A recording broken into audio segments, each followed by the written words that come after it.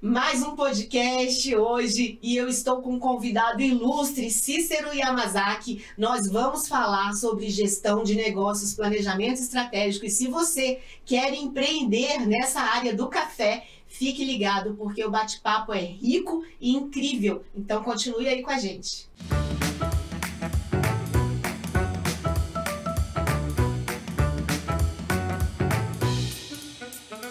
Hoje eu estou aqui com Cícero Yamazaki. O Cícero vai bater um papo incrível com a gente. Eu já acompanho ele pelas redes sociais, tanto pela CYX e também pelo canal que ele dá o bom dia do Japa todos os dias. Café com Japa. Café com Japa, que é incrível também, né, Cícero? Muita gente, eu falo assim, meu Deus, 6h30 da manhã já tem tanta gente no ar assim.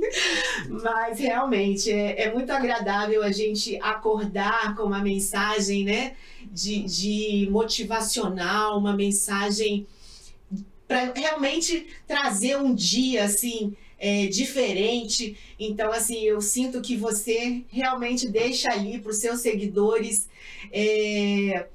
um momento, né, da manhã para realmente trazer um dia um dia de brilho, vamos dizer assim, né? Um dia de paz, um dia de leveza, de tranquilidade, de planejamento, né? O Café do Japa, na verdade, é intuitivo. O Café com Japa, né? Justamente, né?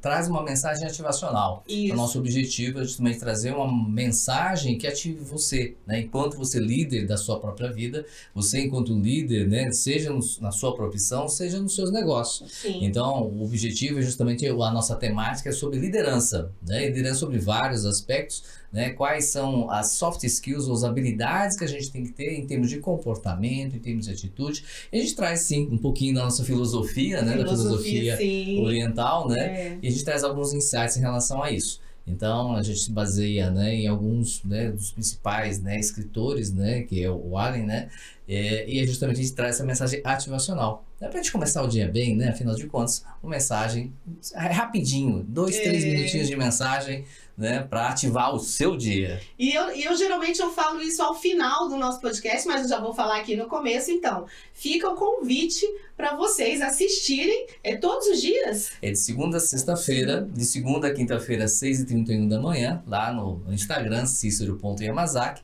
E na sexta-feira é um pouquinho mais cedo, né?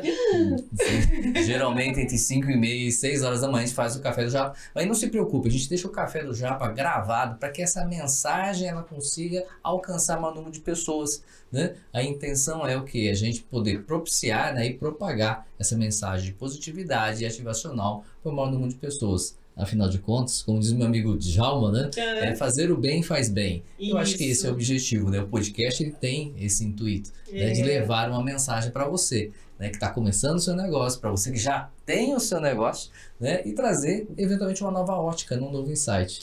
Uma curiosidade, você falou de segunda a quinta, 6h31. Por que o 1? Enquanto você vai contando, eu vou fazendo o nosso cafezinho aqui. Fala pra gente, por que esse 1? Na verdade, é justamente o contra-intuitivo, que a gente fala, né, aquilo que foge do seu cotidiano, né? Por que 6h31 e não 6h30, né? Então, 6h31 é justamente você chamar essa atenção, né? É você sair da sua zona de conforto e construir algo novo, né? Então, é você estar atento àquele momento também, né, do compromisso, mas não um compromisso obrigatório, né? Mas você se disciplinar também, né? Eu acho que tem muito isso. Vocês da cultura oriental, vocês têm uma disciplina invejável. Eu acho incrível, eu sou admiradora, né? Disciplina, tanto em relação ao corpo quanto à mente. Isso aí realmente é uma qualidade incrível. Eu acho que as pessoas precisam mais disso, né? Mas que isso seja uma filosofia de vida. Na verdade, essa questão da atitude, né, oriental em relação a isso, ele vem muito, né, do que a gente chama da filosofia do Ikigai, né? Então, o que é a filosofia do Ikigai? É o seu propósito, né? Então, na filosofia do Ikigai, a gente trabalha com 4 pilares, né? O primeiro pilar é a sua paixão, né? que é que você é apaixonado? Então, ser apaixonado pela vida, por aquilo que te motiva todos os dias, é fundamental para você começar um dia com positividade. O segundo pilar é justamente a missão, né? O porquê que é que você acorda todo dia e qual é esse indutor, né, que te motiva todos os dias você acordar e fazer algo novo, né? O terceiro pilar tem a ver com a sua vocação, né? Ou seja, quais são as habilidades que você tem? Muitas vezes a gente não conhece as nossas habilidades e, eventualmente, uma pessoa ele pode trazer essa vocação para você. E o quarto pilar é aquilo que, eventualmente, aquilo que você ama fazer e que você, eventualmente, você faz muito bem e que as pessoas precisam, você pode tornar isso uma profissão. Então, existe uma ilha, né, dentro de um arquipélago no Japão chamado Okinawa, né, onde se estudou justamente essa questão da filosofia do Ikigai, né? Então, aquilo que te motiva. E aqui, para você discutir o seu propósito, né, que a gente chama de Ikigai, é o seu propósito que une a paixão, a missão, a vocação e a sua profissão, em 4 perguntas muito simples, né? A primeira delas é o que é que você ama fazer, né? Então, o que você ama fazer, o que te motiva. Então, se você ama eventualmente fazer ikebana e fazer bonsai, ou eventualmente você fazer um bom café, por que não? Sim. Né? Se aquilo que você ama fazer, a segunda pergunta é se aquilo que você ama fazer, se você faz com uma certa primazia, né? Se você faz bem. Né? Uhum. A terceira pergunta é se aquilo que você ama fazer e que você faz bem, se as pessoas precisam daquilo que você ama fazer, aquilo que você faz bem, aquilo que elas precisam. E a quarta e última pergunta é que transformação é que você pode gerar no mundo? Ao você entregar isso daí, o que você vai transformar? Exatamente. Né? Então, justamente o que que se as pessoas estariam dispostas a ouvir ou eventualmente te pagar para você fazer. Uhum. Aquilo que você ama, que você faz bem e daquilo que elas precisam. Então, as pessoas normalmente vão pagar muito bem por aquilo que você ama fazer, que você faz bem daquilo que elas precisam. E isso tem relação com um propósito. Se fala muito em propósito hoje, né? Essa palavra está muito em alta, né? Eu fico, às vezes, pensando, refletindo, porque tudo isso que você falou é algo que as pessoas buscam sempre. Mas muitas pessoas entendem que no caminhar disso daí existem muitos obstáculos e elas desistem. Uhum. Né? Então essa perseverança dentro daquilo que você acredita que você tem como propósito, ela é fundamental, né? Ele é fundamental porque você ter um propósito que te norteia, que te motiva, né? E traz propositura e sentido à sua vida. Sim. Não significa que não haverão desafios. Muitos. Né? E aqui eu trago uma segunda filosofia, né, oriental. O que é o Shoshin? Né? É a mente do aprendiz. Né? A mente do aprendiz é aquela habilidade que você tem de aprender algo novo. Então, na vida, a gente sempre vai estar aprendendo algo novo. Né? Então, essa disposição do aprendiz em aprender algo novo é o que é fundamental para o seu crescimento. Né? Então, é a diferença, né, entre, né, o sucesso e o fracasso, justamente é o quê? É justamente a sua perseverança, a sua persistência em fazer aquilo e aprender algo novo. O erro é parte do processo. Né? O objetivo seu não é o final, mas sim a jornada, o quanto é que você aprende. Exato. Então a gente costuma dizer que, né, ao longo da nossa vida, a cultura brasileira não tem este hábito, mas a cultura americana e a europeia tem muito isso, né, que em geral na vida, né, profissional, na vida adulta, as pessoas elas têm pelo menos de 6 a 8 profissões no decorrer da vida. E aqui no Brasil nós somos educados, né, a ter uma única profissão ao longo da vida. Isso tem mudado ao longo do tempo. Né? Eu acredito que o comportamento das pessoas e as escolhas mudaram bastante de um tempo para cá. Né? Exatamente. E a gente vive num momento exatamente, né, de disrupção. Né?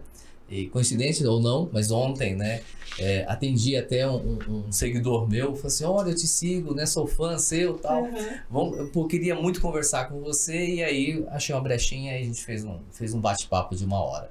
E ele é da nova geração, né, ou seja, da nova geração, e a grande dúvida dele era justamente isso. Né? Ele falou assim, olha, eu trabalho com marketing digital, sou especialista nisso, investi muitas horas, mas eu estou num ponto da vida que eu realmente não tenho certeza se é isso que eu queria fazer. E muitas vezes é aquela questão do resgate, né? Veja só, né?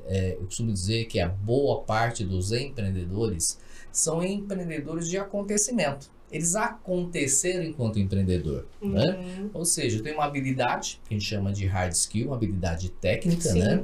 É o famoso, né, dentista que acabou a faculdade, ele abre um consultório, né? Então, basicamente, ele é um bom dentista, mas ele não é empreendedor. Isso. E é a partir daí que ele começa a empreender. Eu vou te interromper só um pouquinho, que eu vou te fazer uma pergunta. Tá? Pode pôr café? Pode. Tá, antes de você continuar, esse papo é interessantíssimo, né? Eu quero até colocar alguns cases aqui para a gente poder conversar a respeito. A cultura, você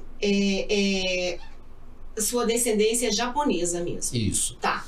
Os japoneses, eles têm muito hábito de tomar os chás. Sim.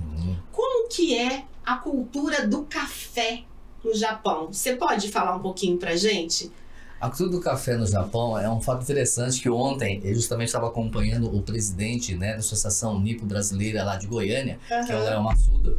Ele está passando um período lá. Aliás, eu tenho 3 amigos que estão lá, né? Um é o Jeffrey, né? O Jeffrey está fazendo uma pós-graduação, né? Justamente com uma bolsa, né? Da Embaixada do Japão, né? E está no 3º ano de mestrado, né? Fazendo um curso de extensão universitária. E que já fica a dica para você, né? Que tem, eventualmente, ascendência japonesa, ou você que eventualmente gostaria de estudar no Japão. Então eu já vou dar a dica para você, né? Existem bolsas integrais que são fornecidas pelo governo do Japão, de 100%, que cobre não só a passagem aérea, mas sim a hospedagem e a alimentação pelo período que você, né, estiver, né? E aqui, como estamos no Alto Central, nós estamos subordinados à Embaixada do Japão. Então siga a Embaixada do Japão, que sistematicamente, eventualmente, o pessoal coloca a bolsa lá. E tenho 2 empresários, né? Um deles é o Noan Seki, né? Juntamente, né? Que ele é filho da Rosa Takematsu, que é do grupo Donburi, né? Aqui de Brasília, que é o Donburi, o Hai Sushi, né? O Miwa Restaurante e o Rosa Takematsu. Né? Ele está fazendo uma bolsa, inclusive ontem foi o último dia, ele está passando 30 dias lá, aprendendo a fazer justamente a culinária japonesa, se aprimorando. Ai, que delícia, gente. E ele recebeu uma bolsa, né, da JICA, né, que é a Câmara de Comércio, né, Indústria do Japão, né, de novo, 100% subsidiado. Olha e só. O Léo Massuda, né, que está lá no Japão, e ontem, coincidentemente, ele postou um café japonês que é exclusivamente para os fãs, né, de uma raça de cachorro chamado Inushiba. Inushiba? Não conheço. Me fugiu o nome aqui, mas existe um filme famoso que o Richard Gere, né, foi o protagonista, que fala sobre, lembrei, sobre a lenda do Hashiro. Hashiro é um cachorro que todos os dias ele ia até a estação de trem a esperar o dono dele, né? O dono dele era um professor universitário, então ele pegava o trem todas as manhãs e ao final do dia, né, o cachorro sempre aguardava o seu dono. E é uma história muito bonita, né, muito sentimental. Ela não tem um final tão feliz, né? Eu já assisti. Você já assistiu? Já. Então é justamente isso, né? Então neste café é exclusivamente as pessoas que são fãs desse cachorro. Que existe toda uma lenda, né? O japonês ele tem uma coisa muito, essa questão da supersticioso em relação a isso. Sim. Tem uma série de regras, né? Que é utilizado no Japão. Então os fãs, né, desta raça de cachorro, existe um café específico. E eu fiquei assim, admirado a quantidade de pessoas que frequentam esse café. Olha que incrível, eu vou pesquisar e vou levar para vocês. Vou pesquisar. É fantástico. Por exemplo, se você for em São Paulo... Ele é temático mesmo? Ele é temático. Ele é temático, existem vários, né, cachorros dessa raça, né? Eu nem sabia que ele tinha pelagem branca, porque eu conheço essa raça, mas eu sempre vi, né, o famoso caramelo, né? Sim, Mas eu vi que existem outras tonalidades, né, de pelagem, né? Tem um cachorro branco ali que eu falei, nossa, gente, que coisa maravilhosa. Ele, basicamente, ele é um cachorro muito parecido com a raça do Akita, só que ele é menor. Né? Mas o Akita E é um cachorro muito, né, característico do Japão. Né? Agora, se você é fã do Hello Kitty, por exemplo. Sim! Se você é fã do Hello tem Kitty, um café lá. então vou deixar a dica do Japa para você, tá certo? Sim. Para você frequentar na Liberdade, tá certo? Ali na Rua dos Estudantes, o café da Hello Kitty, tá? É um café temático, né? Acho que são 3 ou 4 andares, né? Que falam justamente a temática, né? Então, Hello Kitty é uma característica muito japonesa, né? Digamos assim, é a Mônica do japonês, basicamente. E, pô, acho que essa empresa existe, acho que há mais de 60 anos, se não me engano. Né? E ali na Liberdade tem algumas cafeterias de cafés, assim, maravilhosos. Ah, sim. Eu recomendo, né, o e-coffee, né? É um ícone, assim, nunca vi o e-coffee sem fila, né? Tem a 89 graus também. A 89 graus cafés. Agora, sim, se você quiser experimentar doces japoneses característicos, né? Não deixe de ir no Kazu Café, né? Me fugiu o nome da rua aqui, mas é na Liberdade também. O Kazu Café tem uma característica, né? Porque é a primeira vez que fui apresentado ao proprietário e eu achando que ele era japonês, gente. Não é?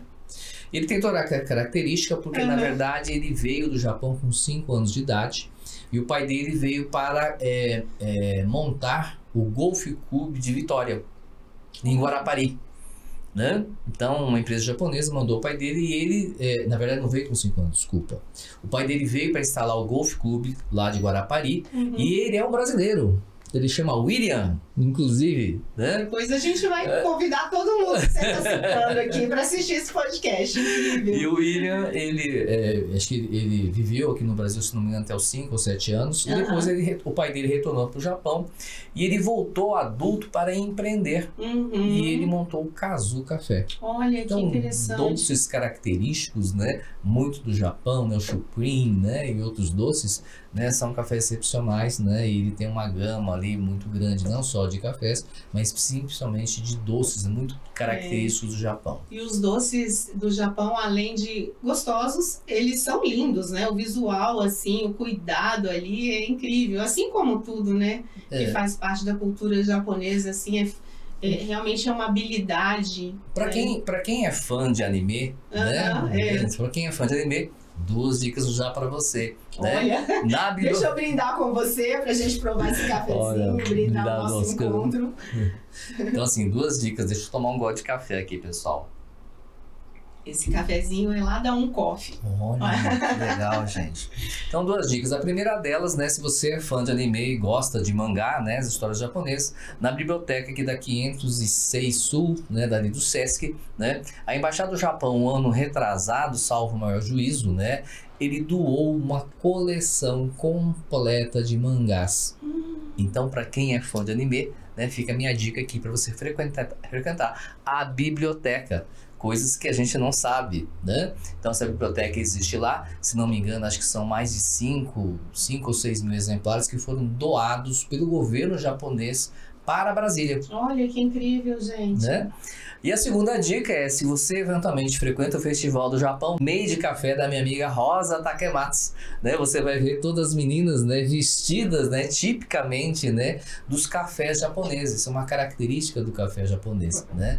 Então, você ter uma temática em relação a isso, né, é um diferencial. Né? Demais, gente. Então, quantos convites aqui, olha que delícia, eu adoro essa agenda, assim, é incrível. Você gostou do café? Nossa, que delícia, gente. É um café especial, né? É torra média? É torra média, ele é torra clara, né? Esse daqui é o Pink Bourbon. De Campanha, Minas Gerais, né? Mas ele é torrado pela Coffee e servido lá nas cafeterias, né, de São Paulo. Acho que uma grande característica que eu tenho visto, né, no segmento de café em geral, né, são justamente, né, os cafés especiais, né. Aliás, né, conversando com o Pavel, né, o Pavel é presidente da ABIC, né, até pouco tempo era vice-presidente, né, agora ele se tornou presidente da ABIC, e justamente essa característica, né, eu não vou contar a minha idade, mas eu tenho uma certa estrada, digamos assim, né. Comecei como office boy, né, na indústria financeira no Banco do Brasil, né, e comecei na extinta carteira de comércio exterior, que veio se tornar o DSEX e hoje é a Apex. E naquela época a gente via muito essa característica, né? Um dia conversando com o Pavel, a característica do café brasileiro, né? Por anos o café brasileiro teve essa característica de ser um grande exportador de café verde, Sim. né? E ao longo do tempo, né? O próprio mercado começou a se regular e, obviamente, né? A gente começou a ter, né, uma classificação melhor do café. Sim. Mas ainda, infelizmente, ainda a nossa pauta de exportação ainda está embasada ainda no café, né, tradicional, né? Recentemente, né, que a gente começa a ver movimentos de cafés especiais dentro do país. Isso é muito positivo, né, sobre vários aspectos, né? É um grande conhecedor, aquele parceiro de vocês, que é o Monardo, Sim, né? demais, Aliás, o Monardo, eu nem sei aonde que ele tá, se ele tá na Itália, se ele eventualmente, né, tá... Ele estava viajando, eu acho que ele está quase retornando, mas assim, ele foi fazer levar esse grupo agora, no final do ano ele vai fazer uma outra viagem particular e depois ele vai fazer uma nova viagem em grupo. Então, assim, eu gosto muito do Monardo pela bagagem de conhecimento que ele traz, a importância dele na cadeia do café especial, principalmente em Brasília, né, que foi o local que ele escolheu para atuar e para viver, né? Mas é incrível o trabalho dele e da esposa dele em relação a essa questão, né, do idioma, das viagens e do café. Ele consegue envolver isso. E ama vinho também, como não, né? Como não, né? Como um bom italiano. Eu falei com ele esses dias, porque eu falei assim... como é que foi que eu falei com ele? Foi muito engraçado. Eu falei, buongiorno, bello! Cadê os vídeos pra gente poder colocar aqui? Essa viagem tá tão maravilhosa. Aí ele me mandou um monte de vídeo de vinho, né? Eu falei, e o café da onde? Mas ele é muito querido mesmo, eu gosto muito. Pois então o modelo de negócio do Clube do Café dele é muito interessante, sim, e é uma tendência hoje de mercado, né? Então, em São Paulo, né, existe o Pierre Café, né, no Vale do Paraíba, né, lá em... Oh, meu Deus do céu! Até a terra do Mazzaropi, né? Ali próximo a Taubaté, né? Existe um Pierre Café. E aí eu achei muito interessante, né, neste Clube do Café, que é uma cafeteria aonde você, né, compra a sua garrafa de café. É como se fosse um growler da cerveja. Isso. Então o que acontece? Né? Você compra o seu café, são cafés especiais de vários tipos de torrefação, de vários locais, basicamente de uma fazenda que produz uma variedade, né, de cafés especiais. E você tem o seu porte de café lá como se fosse com o seu nome. Ah, sim. E existe todo um rito para você adentrar. Não basta você pagar e comprar o seu café e deixar ali a sua garrafa ali exposta. Não, existe todo um rito, né? As pessoas avaliam se você realmente, né, você é um apreciador de café. Existe todo um rito de entrada, né, de adesão, um protocolo. Existe um juramento do café. Olha. Existe um livro onde é feita a sua anotação, a sua adesão a este Clube do Café. E o interessante é o quê? É que existe um invólucro, né, onde existe uma garrafa onde são guardados os grãos de café. Então você paga por aquilo lá e eventualmente você utiliza o café, você não paga o café. Ou seja, o processamento é feito dentro daquele café e óbvio você faz o consumo, né, dentro do... Ao final do café, né, quando acaba os seus grãos, né, de torrefação, e aí você escolhe se é prensa francesa, se é torrefação comum, o método de fazer o café, e ao final você compra um novo lote de café. E o interessante é que cada tipo de café ele tem uma etiqueta, e essa etiqueta ela é colada na garrafa. E é muito interessante que ali existe meio que uma disputa, né, de quem consome os cafés. Então, é como se fosse uma coleção, é uma coisa de colecionador. Gente, vocês sabiam disso? Quem tá assistindo a nossa live, juro pra vocês que em todos esses encontros que eu já tive, eu não sabia disso. Que incrível! Então, assim, a experiência, né? Então, o ano retrasado, eu e minha esposa, juntamente com o pessoal da Brasil, tivemos a oportunidade de ir a Dubai, né? E o famoso café turco. Sim. Sim. Né? Eu nunca sim. tinha experimentado. Não. E aí, nós estávamos lá no Jardim de Flores, me fugiu o nome lá em Dubai, né? E tinha lá o famoso café turco. Né? Eu, sinceramente, não gostei muito, né? Porque é um método diferente, né? Mas se você quiser experimentar o café turco, você pode ir aqui no Asmar, do meu amigo, sim, tá certo? Do Paul. Do meu amigo Paul, né? Irmão da minha amiga Anastácia, né? E do meu amigo Sol, né? Você pode ir lá experimentar o café como café turco. Agora sim, vou dizer, os doces são excepcionais. São maravilhosos. Eu falei aqui um dia, porque nós fizemos uma gravação lá, pré-inauguração. Né? Na verdade, eles já estavam com a loja aberta, mas iriam fazer a abertura oficial no dia seguinte. E a minha família é descendente de libanesa, né? Então, assim, eu desde criança contato com toda a culinária. E aí, quando eu cheguei lá, eu falei, gente, que doces maravilhosos. E o café turco lá é muito interessante porque ele é feito ali, né, com a presença do cliente. Então, aqui em Brasília, nós temos outros cafés que servem café turco, mas que são preparados na cozinha mesmo, já chegam à mesa, né, prontos, na hora de servir ali somente. Mas lá não, você tem essa experiência, e isso aqui é um diferencial, né? É a curiosidade, Não só esse diferencial, e aí eu descobri conversando com o Paul, que os doces, sabe de onde que esses doces vêm? Eles vêm de Foz do Iguaçu, sim, de uma senhora libanesa que faz tradicionalmente os doces árabes, né, que são feitos. E eu sinceramente falei assim, pô, eu vou ser sincero pra você, eu gosto de doce árabe, basicamente, mas assim, os seus não perdem nada para os doces, né, que eu experimentei nos Emirados Árabes. Sim. Porque é fantástico, gente, assim, é uma coisa assim, extraordinária, digamos assim, o patamar de entrega do pessoal ali realmente... E a primeira loja deles foi em Foz do Iguaçu, se eu não me engano, né? Eu acho que surgiu lá, né? Eu acho que sim. Eu acho que foi isso mesmo. E assim, a gente sente a diferença, né? Se você vai ao Japão e come um sushi, vem comer o sushi brasileiro aqui, é completamente diferente. Mas é incrível isso, você poder trazer mesmo esse paladar praticamente igual, né?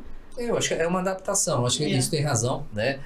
Infelizmente, né, o seu Issal, né, ele faleceu, né, recentemente. O seu Issal, ele era um senhor que ele tinha um restaurante há 39 anos na Rua da Glória, né, número 122, no segundo andar, chamado Sushi Issal. E ele, uma vez eu tive a oportunidade de conversar com ele, conhecer a operação dele, e ele falou assim, não faz sentido, né, a gente fazer o sushi que vem do Japão se o paladar é brasileiro. Sim. Então eu tenho que adaptar ao paladar brasileiro. Então é justamente essa coisa, né? A gente toma o café aqui, né? A gente está acostumado a fazer o café, e tem aquela famosa história, né? Por que é que Varginha não foi invadido pelos extraterrestres? Né? Não sei se você conhece esse tradicional do pessoal de Varginha. Foi um chefe meu que é mineiro, né? Ele contou a piada e eu fiquei assim, com aquela cara assim, não entendi o que ele tá falando, né? Mas assim, né? Discurso terrestres que ele chegou dentro de uma... observando a família mineira lá em Varginha, e disse que a filha vira pra mãe e fala assim, mãe, popopó, popô. Eu falo assim, gente, esse pessoal fala uma linguagem que a gente não entende. Vai ser impossível de dominar. Aí, pouquinho. Ainda completa, né? Pouquinho. Então, justamente essa característica. Se você está habituado a tomar um café aqui no Brasil, você vai nos Estados Unidos, você vai sentir uma certa dificuldade. Se você for no Canadá, né, você vai experimentar os cafés aromatizados que não tem muita aptidão com o que você está acostumado aqui. Verdade. Né? Você estava comentando do sushi, esses rodízios de sushi que tem em Brasília, a gente chega lá, tem sushi de guacamole, sushi de pasta de grão de bico, né, que é o hummus. Eu falo assim, gente, como brasileiro é criativo, né, porque eu acho que ele tenta ali cercar de todas as formas para agradar a todos, né. Acho que a gente tem uma tendência, né, porque existem, bom, basicamente o Japão, né, ele acabou pós-guerra, né, tendo que se reconstruir. Sim. E muitas famílias acabaram, né, saindo para outros países, né? Acho que tem duas fases, né? A fase da imigração japonesa. Esse ano, né, o Japão fez 115 anos, Sim. né? A embaixada já está pensando na comemoração de 120 anos. Você vê como é que as coisas são. E aqui fica outro convite para você. Para quem não conhece a Expo, tá? Eu tive a oportunidade de participar da Expo Dubai 2020, que aconteceu em 2021. Fica a minha recomendação. A próxima Expo, né, ela acontece em Osaka, no Japão. É uma exposição que acontece de 5 em 5 anos, onde você vai se deparar com as novas tecnologias, tudo que há de novo em termos de mundo. Tanto é que a Torre Eiffel foi lançada numa dessas feiras. É uma das da Expo, eu não sabia dessa história. E na Expo Dubai eu entendi por que o café venezuelano é o melhor café do mundo. Conversando com o embaixador, né, o embaixador, e ele falou assim, não, é porque eles têm uma questão de posicionamento do café muito forte no exterior.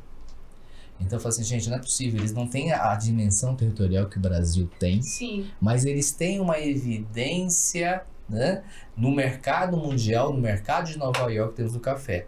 E aí surpreende-se, esse ano, né, boa parte do café brasileiro foi exportado, né, para eles, e eles, né, fizeram justamente o quê? Para repor e atender o mercado das commodities.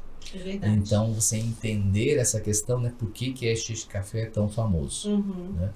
Mas de fato, é isso que você falou, né? Então, assim, o Brasil tem essa tradição e a gente tem trilhado caminhos, né, para aumentar e trazer um valor agregado. Os cafés especiais, a variedade que a gente tem no país é incrível. Eu converso muito com os convidados que passam por aqui sobre um ponto que eu vou colocar para você e gostaria muito de ouvir sua opinião.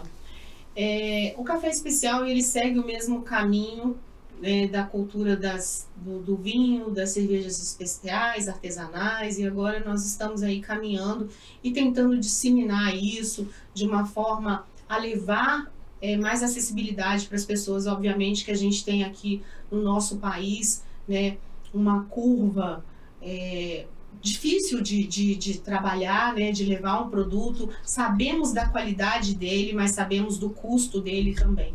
Só que esse custo, ele parte de uma cadeia que inicia lá na plantação até chegar aqui. E muitas vezes o consumidor, ele recebe isso daqui e não visualiza todo o trajeto percorrido. Então a gente tem ali o produtor, né? A gente tem geração de empregos ali, famílias que trabalham, né? que fazem parte dessa cadeia do café. Depois a gente passa por uma etapa de torrefação, então a gente tem ali empreendedores que se dedicam a esse setor.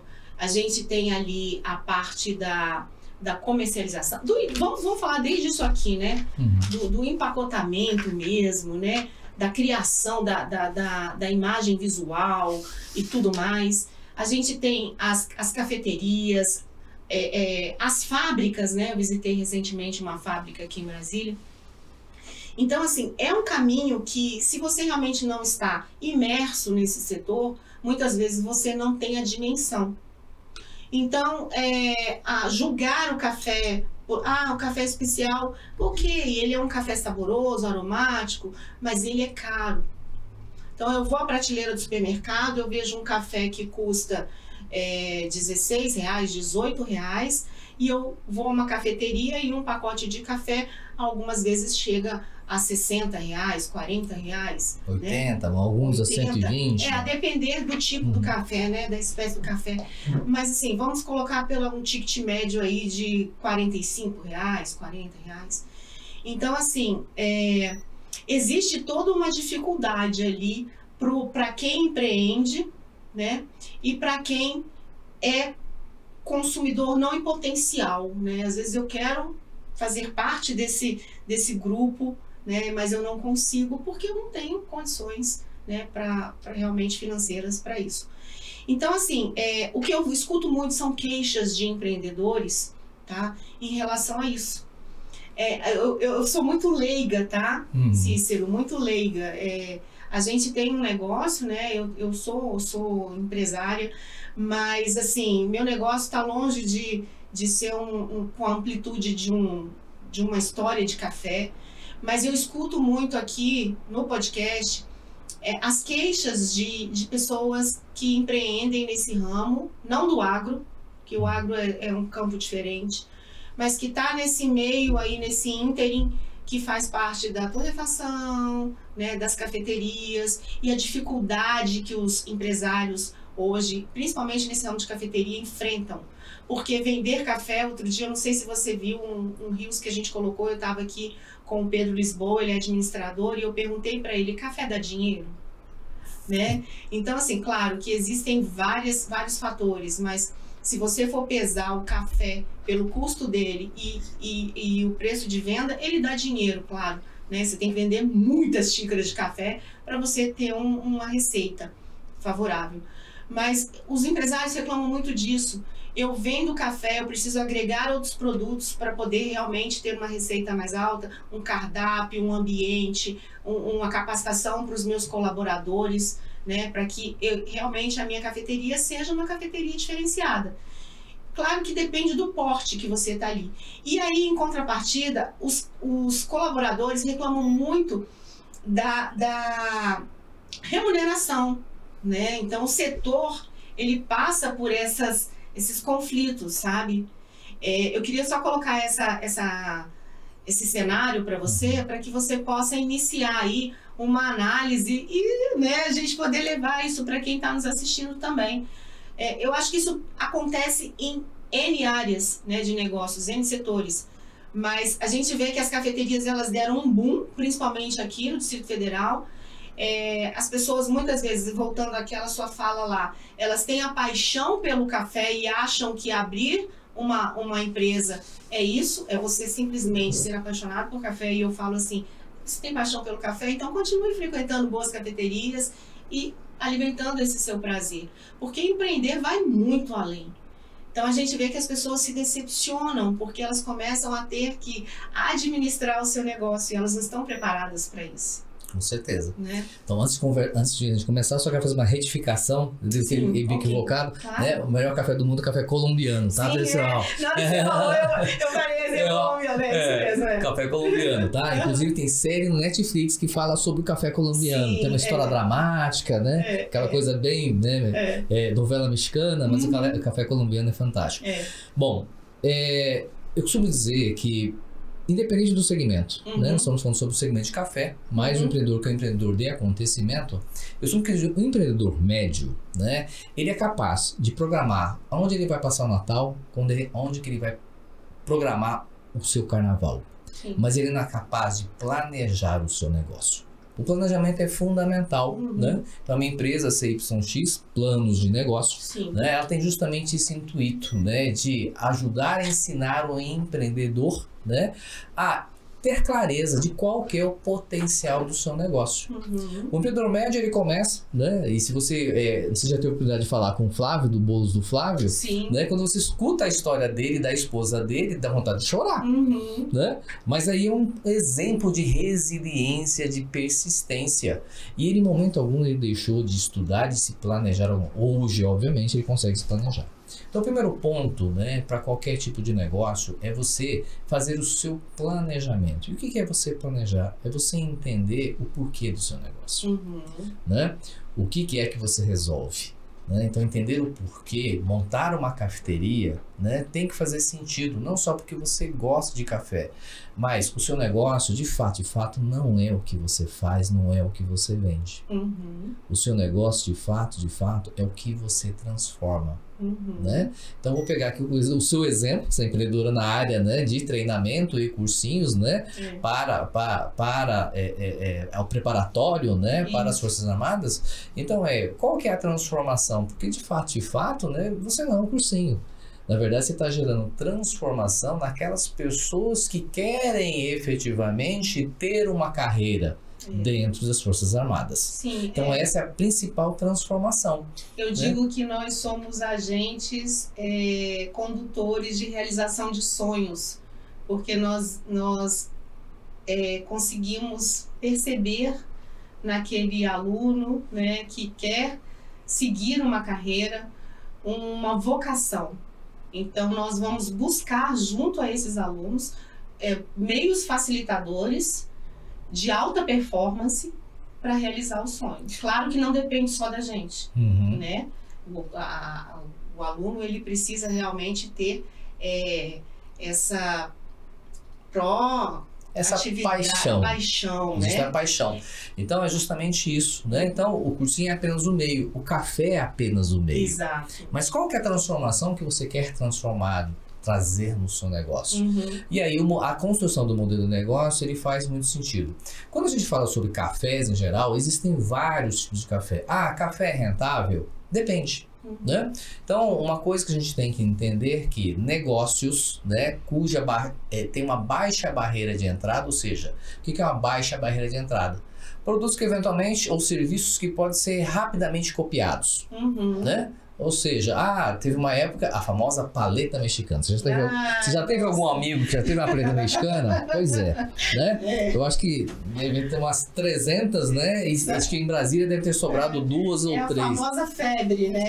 É o que a gente chama de hype, né? Hype, né? O hype do momento é o quê? Então, o hype do momento hoje é a cafeteria, né? Em boa parte isso, até pela questão dos cases apresentados, né? Não só pelo Sebrae, mas pelas faculdades, né? E principalmente os principais escritores e professores que falam sobre empreendedorismo.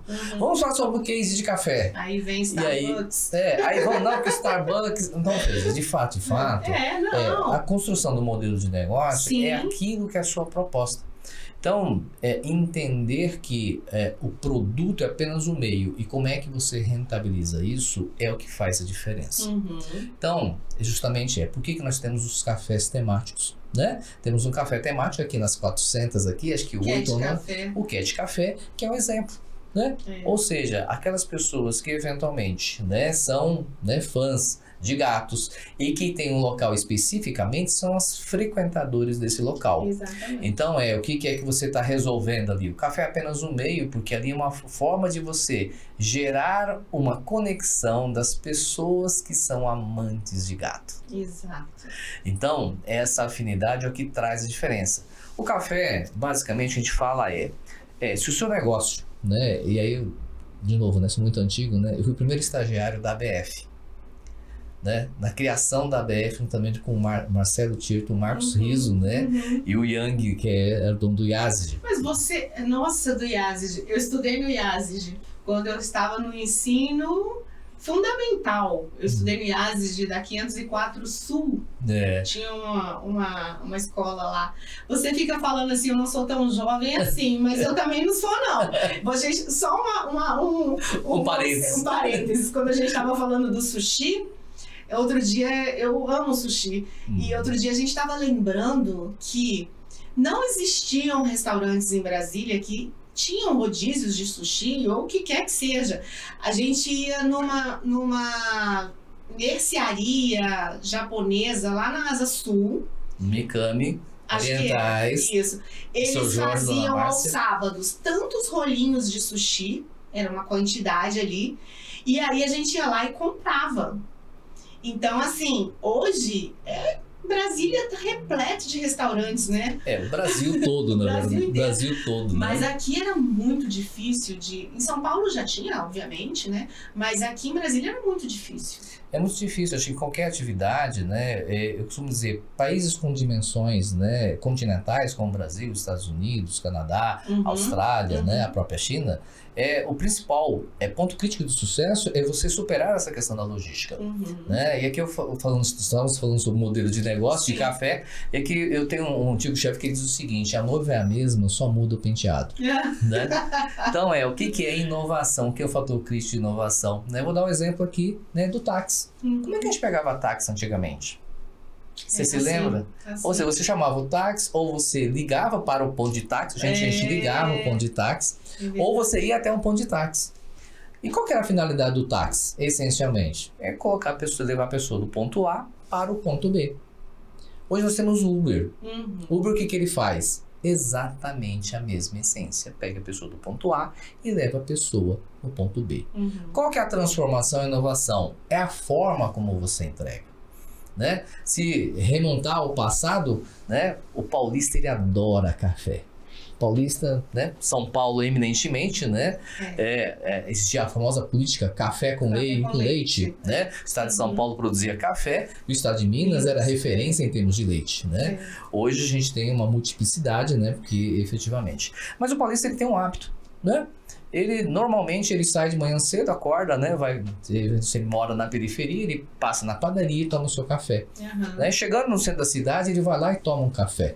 Então é um hábito costumeiro, né? Eu lembro que eu trabalhava ali no centro antigo de São Paulo, perto de Cristo Martinelli, né? E por hábito, depois do almoço, obrigatoriamente ele passava na cafeteria e tomava um café. Né? Então isso é um hábito que é recorrente em relação a cultura do brasileiro, né, efetivamente. Então, quando você pensa em termos de modelo de café, o que é que a gente tem, né? Quanto mais tecnologia você tem, se no capitalismo antigo tu precisava ter capital para ter mais gente, para ter mais resultado, no mundo moderno eu preciso ter mais tecnologia para ter menos pessoas, para ter mais resultados. E o que quer dizer isso aqui? É quando o seu negócio é escalável. E como é que você gera uma barreira de entrada ou eleva essa barreira de entrada e não vá fazer a paleta mexicana, né, por exemplo? O que é que você diferencia? Então, qual que é o diferencial do seu negócio? Então, o diferencial do seu negócio, vou dar um exemplo muito simples, né? Você pode aqui no Cio, que está aqui no Boulevard Shopping, aqui na Asa Norte, vai pagar ingresso acho que 30 ou 40 reais. Mas se eventualmente vir um show aqui do Circo de Solé, você provavelmente vai pagar entre 800 e 1.500 reais de ingresso. Ora, ambos são circo. Qual que é a diferença? A diferença, né, é o que a gente chama de sinestesia. Algo que aprendemos enquanto crianças e perdemos isso ao longo do tempo. Então, o que é os elementos sinestésicos, né? São os elementos o que? É o tato, o olfato, é o que você escuta, é a sua visão, né? É o seu paladar. Então, vamos dar um exemplo aqui, né? Se eventualmente você entrar num shopping e eventualmente você entrar numa loja da M. Martin, qual a característica principal da loja da M. Martin? O aroma. É o aroma, é a luz, a disposição dos produtos. Sim, então, é o ambiente que ele é muito climatizado, né? A luz. Então, lembre-se o seguinte, que na sua cafeteria você tem que trazer esses elementos. Sim. Então você tem que ter, né, o ambiente visual, né, o som que você está escutando, né? Uma coisa que em alguns restaurantes eu simplesmente deixei de frequentar pela questão do som, né?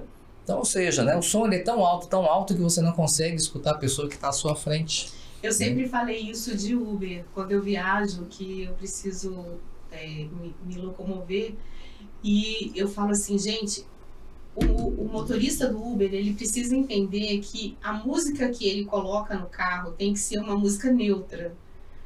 Uma música que não vai incomodar ninguém, né? Então, assim, se eu gosto de sertanejo, o problema é meu. Eu não sou obrigada a ficar ouvindo uma música um rock e vice-versa, né? Então eu acho que é por aí que você está colocando, porque realmente então, quando a gente fala em termos de elementos sinestésicos, a gente tem que entender que o mundo do café ele mudou. Se antigamente eu chegava na padaria em São Paulo, no balcão e pedia um café e uma coxinha, né? Hoje, quando você vai numa cafeteria, né, você tem elementos temáticos em relação àquela cafeteria. Qual que é a proposta de valor e qual que é o seu diferencial? É um espaço, eventualmente, né, de consumo rápido, é um espaço onde é um ambiente familiar, é um espaço de degustação de café, é um espaço para você realizar reuniões de negócios, ou é essencialmente um coworking. Né? Existe um café, né, dos rapazes, eles saíram até na Veja São Paulo, né, que é um café, ele simplesmente é um coworking. E qual que é o diferencial? Não só o café, mas principalmente a possibilidade de você, no ambiente de uma casa, é um café dentro de uma casa, né, onde você basicamente é um coworking. né? Por exemplo, do meu amigo o chefe Gilson, por exemplo, da Fornata, ali nos Jardins de São Paulo. Né? Ele tem uma padaria.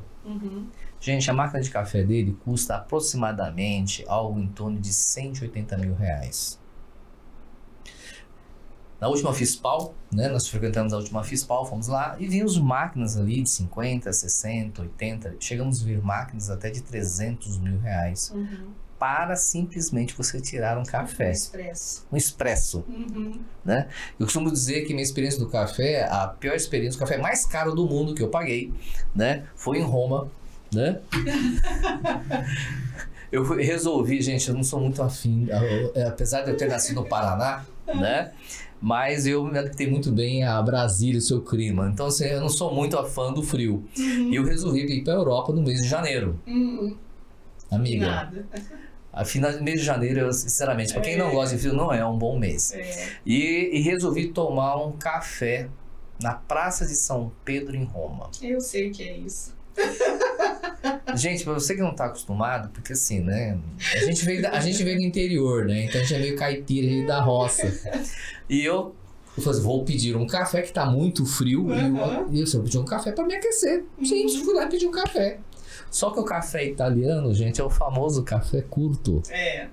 Exatamente. Dá um dedinho de café. O café é super potente, delícia, inclusive, né? Só que a gente eu paguei 8 euros. Eu falei, o quê? 8 euros por um dedo de café? Mas é justamente essa a questão. E se eu te contar que eu caí numa dessa também? Só que eu paguei mais. Você pagou mais? Eu paguei 12 euros. Gente, sabe onde? Onde? Em Veneza. Eu falei assim, estou em Veneza, quero tomar um café aqui, olhando para essa paisagem maravilhosa. A gente sabe que os restaurantes, né, as cafeterias que ficam ali em pontos estratégicos, elas são, obviamente, mais caras, né? E aí eu sentei lá, quando chegou a conta, eu tive que fotografar para nunca mais esquecer. Aprendi aonde não tomar café a 12 euros. Olha, eu achei que paguei caro. 12 euros. Olha, gente, ó, você vê. A gente não pode converter nessa hora. Não, nessa hora. Nessa você finge de rico, depois o cartão de crédito que lute. Depois que lute. Mas enfim, então, no mundo do café hoje você tem, né, uma indústria onde se traz alta tecnologia, e o mundo da cápsula, né, foi uma revolução, onde de fato, né, a lucratividade é absurda em termos de cápsula, né, porque você está utilizando ali 3, 4, 5 gramas de pó de café e, né, você vai tomar um café Nespresso, né, num bar ou restaurante, você vai pagar 9, 10, dependendo do local, você vai pagar, se for no aeroporto, você vai pagar bem mais caro, já fica essa dica para você, né? Então, a diferença, dá um exemplo básico, né, uma garrafa de água, né? Uma garrafa de água, no aeroporto ele tem um valor, tá certo? No semáforo outro. No semáforo outro. E o café é a mesma coisa. E o que é que você traz de diferencial? É óbvio que nos modelos de negócio de cafeteria temos vários modelos de negócio. Né? Quando você trabalha com cafés especiais, e voltando à questão da cadeia produtiva e qual que é o grande desafio do empreendedorismo, quando você fala em termos de cadeia produtiva, né, de produtos especiais, a gente tem que lembrar que o custo de produção é muito alto, a produtividade é muito baixa e nem todo cliente vai enxergar valor naquilo que você faz. É isso. Então, de fato, o que o empreendedor ele tem que buscar é quem é o seu cliente ideal. Então, se eu trago um modelo de negócio, se eu trabalho com cafés especiais, eu tenho que entender muito bem quem é esse potencial cliente ideal que a gente chama estudo de mercado. Então, aqui no Brasil, né, você vai haver alguns segmentos, né, que entendem o valor e conseguem apreciar o café. Vamos dar um exemplo? Café tipicamente em Brasília, né? Café do sítio. Café do sítio. E aí, conversando com o Rodrigo, fui entender a operação. Aliás, ele tem uma área, né, que ele pretende abrir futuramente para visitas técnicas. E eu falei assim, cara, é incrível como é que as pessoas compram o café do sítio no Mercado Livre. É mesmo. E com certeza vão pagar bem mais caro no Mercado Livre do que eventualmente. Mas o que é uma característica, e aí de novo, elemento sinestésico, né? Aquele o quê? Aquela memória afetiva. Então, se você perguntar para as pessoas que são nascidas em Brasília e conhecem o café do sítio, eles estão em outros estados, estão no Pará, eu já ouvi casos, situações, eu falei assim, olha, tem gente aqui que mora nos Estados Unidos e na Alemanha, o pessoal pede para enviar o café. Né? E é uma característica muito, então, o elemento sinestésico é aquilo que efetivamente, né? O aroma do café é um elemento sinestésico, o paladar do café. Então, para quem é apreciador de café, ele vai entender as notas de cada um do café, qual que é o aroma, qual que é, se ele é, eventualmente, ele é um pouquinho mais forte, se ele é um pouquinho mais suave, quais são as notas desse café, seria mais frutado, seria mais ácido. Então, para quem está na cadeia produtiva, de fato, concordo com você. Existe uma dificuldade de você entender que o custo de produção ele é muito alto, a produção é muito baixa, portanto, né, o seu valor é muito maior, porque o seu custo de produção é muito maior. Eu queria só colocar aqui uma observação em relação a isso. Eu vou colocar uma opinião minha aqui. Geralmente eu escuto muito assim convidado e não gosto muito de colocar dessa forma, mas eu não estou há tanto tempo, né, nessa cultura do café especial. As pessoas sabem, meu programa ele é jovem ainda. Já tomo café há muitos anos, né? Já tomava café especial antes de começar a comunicar sobre o café.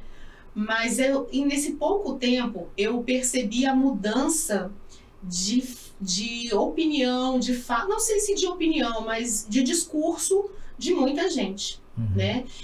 Justamente por essa questão da memória afetiva. Então, assim, divulgar o café especial, a qualidade dele e trazer as pessoas é um caminho, né? Mas depreciar a história do café no Brasil, no mundo, né? A origem, essa memória afetiva, eu vi muita gente já fazendo isso. E hoje o discurso está mudando.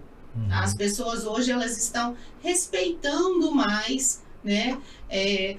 Porque eu não posso impor a uma pessoa idosa, a uma pessoa que mora lá no campo, que coa o café no coador de pano, o café tradicional, aquilo ali é o prazer dela. Eu vou impor essa pessoa a mudar esse hábito? Não, de forma alguma. Mas no início era assim, tá? Então, assim, isso ao invés de agregar, isso segrega. Sim, sem dúvida. Né? Então, assim, a gente precisa entender qual a estratégia a ser usada, respeitando, né, o que ficou para trás. A gente não pode simplesmente, não, aquilo ali é errado, isso aqui agora é o correto. Isso aqui não vai funcionar. Eu acho que as coisas elas têm que vir numa suavidade, num porquê, né, uma apresentação. E a vontade, ela não pode ser obrigatória. Ela não é vontade, né? Já o próprio nome diz. Eu não posso fazer disso uma cultura obrigatória. Na verdade, entra uma dicotomia que é a criação de novos mercados. Eu acho que esse é o grande desafio quando você entra com algo novo que o mercado não está habituado, né? Então, assim foi. Quando o Uber entrou, quantos carros não foram destruídos, né? Então, se ele é o meu inimigo, então de fato, isso cria uma disrupção e cria um choque cultural. Isso em qualquer área, né? Se a gente pensar, vou trazer o cara Brasil eminentemente, né? É o povo do Maranhão e o pessoal do Piauí, né? E aí, tem 4 estados no Brasil que eu não conheço, né? Que é o Acre, Roraima, Rondônia e o Amapá. Né? Dá pra ir nos 4 ali, né? Então, assim, quase corri o risco de ir lá, né, para o Monte Roraima, mas eu não, né, contive essa vontade. Mas o que acontece? Eu vou trazer uma coisa muito típica aqui de Brasília, né, e do estado do Maranhão, o tal do Guaraná Jesus. Né? Então, o Guaraná Jesus era uma coisa muito típica, muito característica do estado do Maranhão. E aí, conversando com as pessoas do Maranhão, e eu costumo dizer que eu encontrei Jesus no Maranhão, especificamente no município de Santa Rita. Você conhece a famosa farinha de Santa Rita? Não. É a alegria de qualquer dentista. Olha lá, o pessoal do som ali conhece a farinha de Santa Rita. Meu Deus,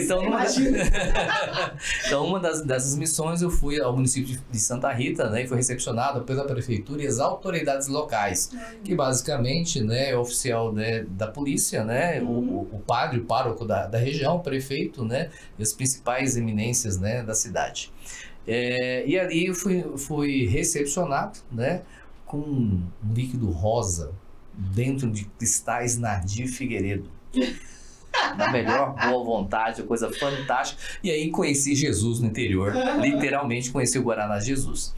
E aí eu comecei a conversar sobre essa história do Guaraná Jesus, né? E a dificuldade da Coca-Cola quando ela adquiriu os direitos de uso e propriedade do Guaraná Jesus.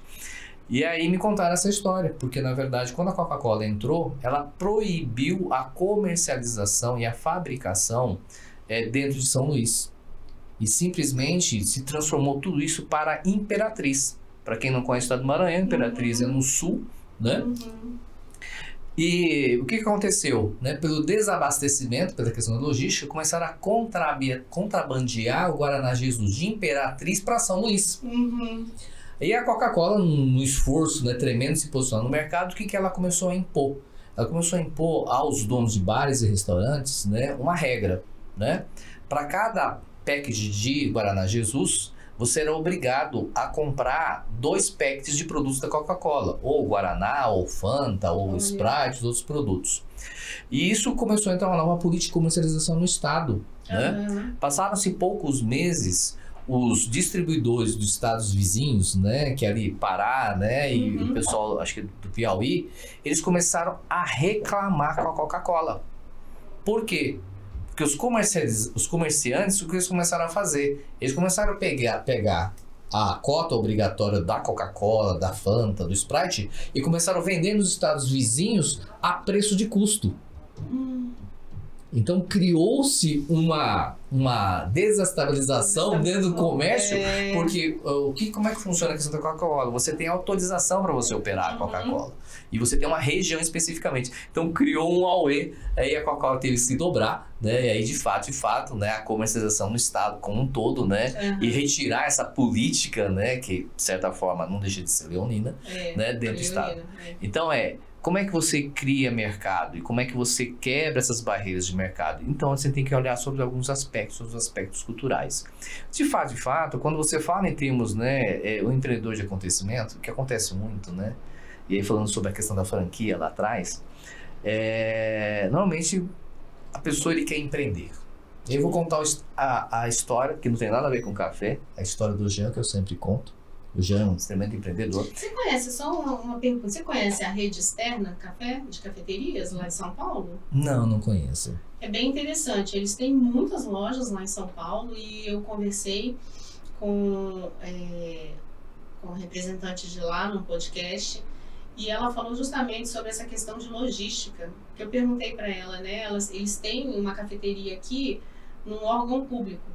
E eu perguntei por que eles não abriam no centro da cidade, né, nas áreas comerciais. E aí ela falou muito sobre essa questão de logística, né? Hoje eles são franquia, mas assim, realmente foi interessante a conversa com ela, porque foi muito voltada para esse ramo, sabe? Eu achei bem interessante, porque ela falou assim que eles querem ampliar, mas que por hora eles ainda estão estudando como que vai ser toda essa dinâmica, né?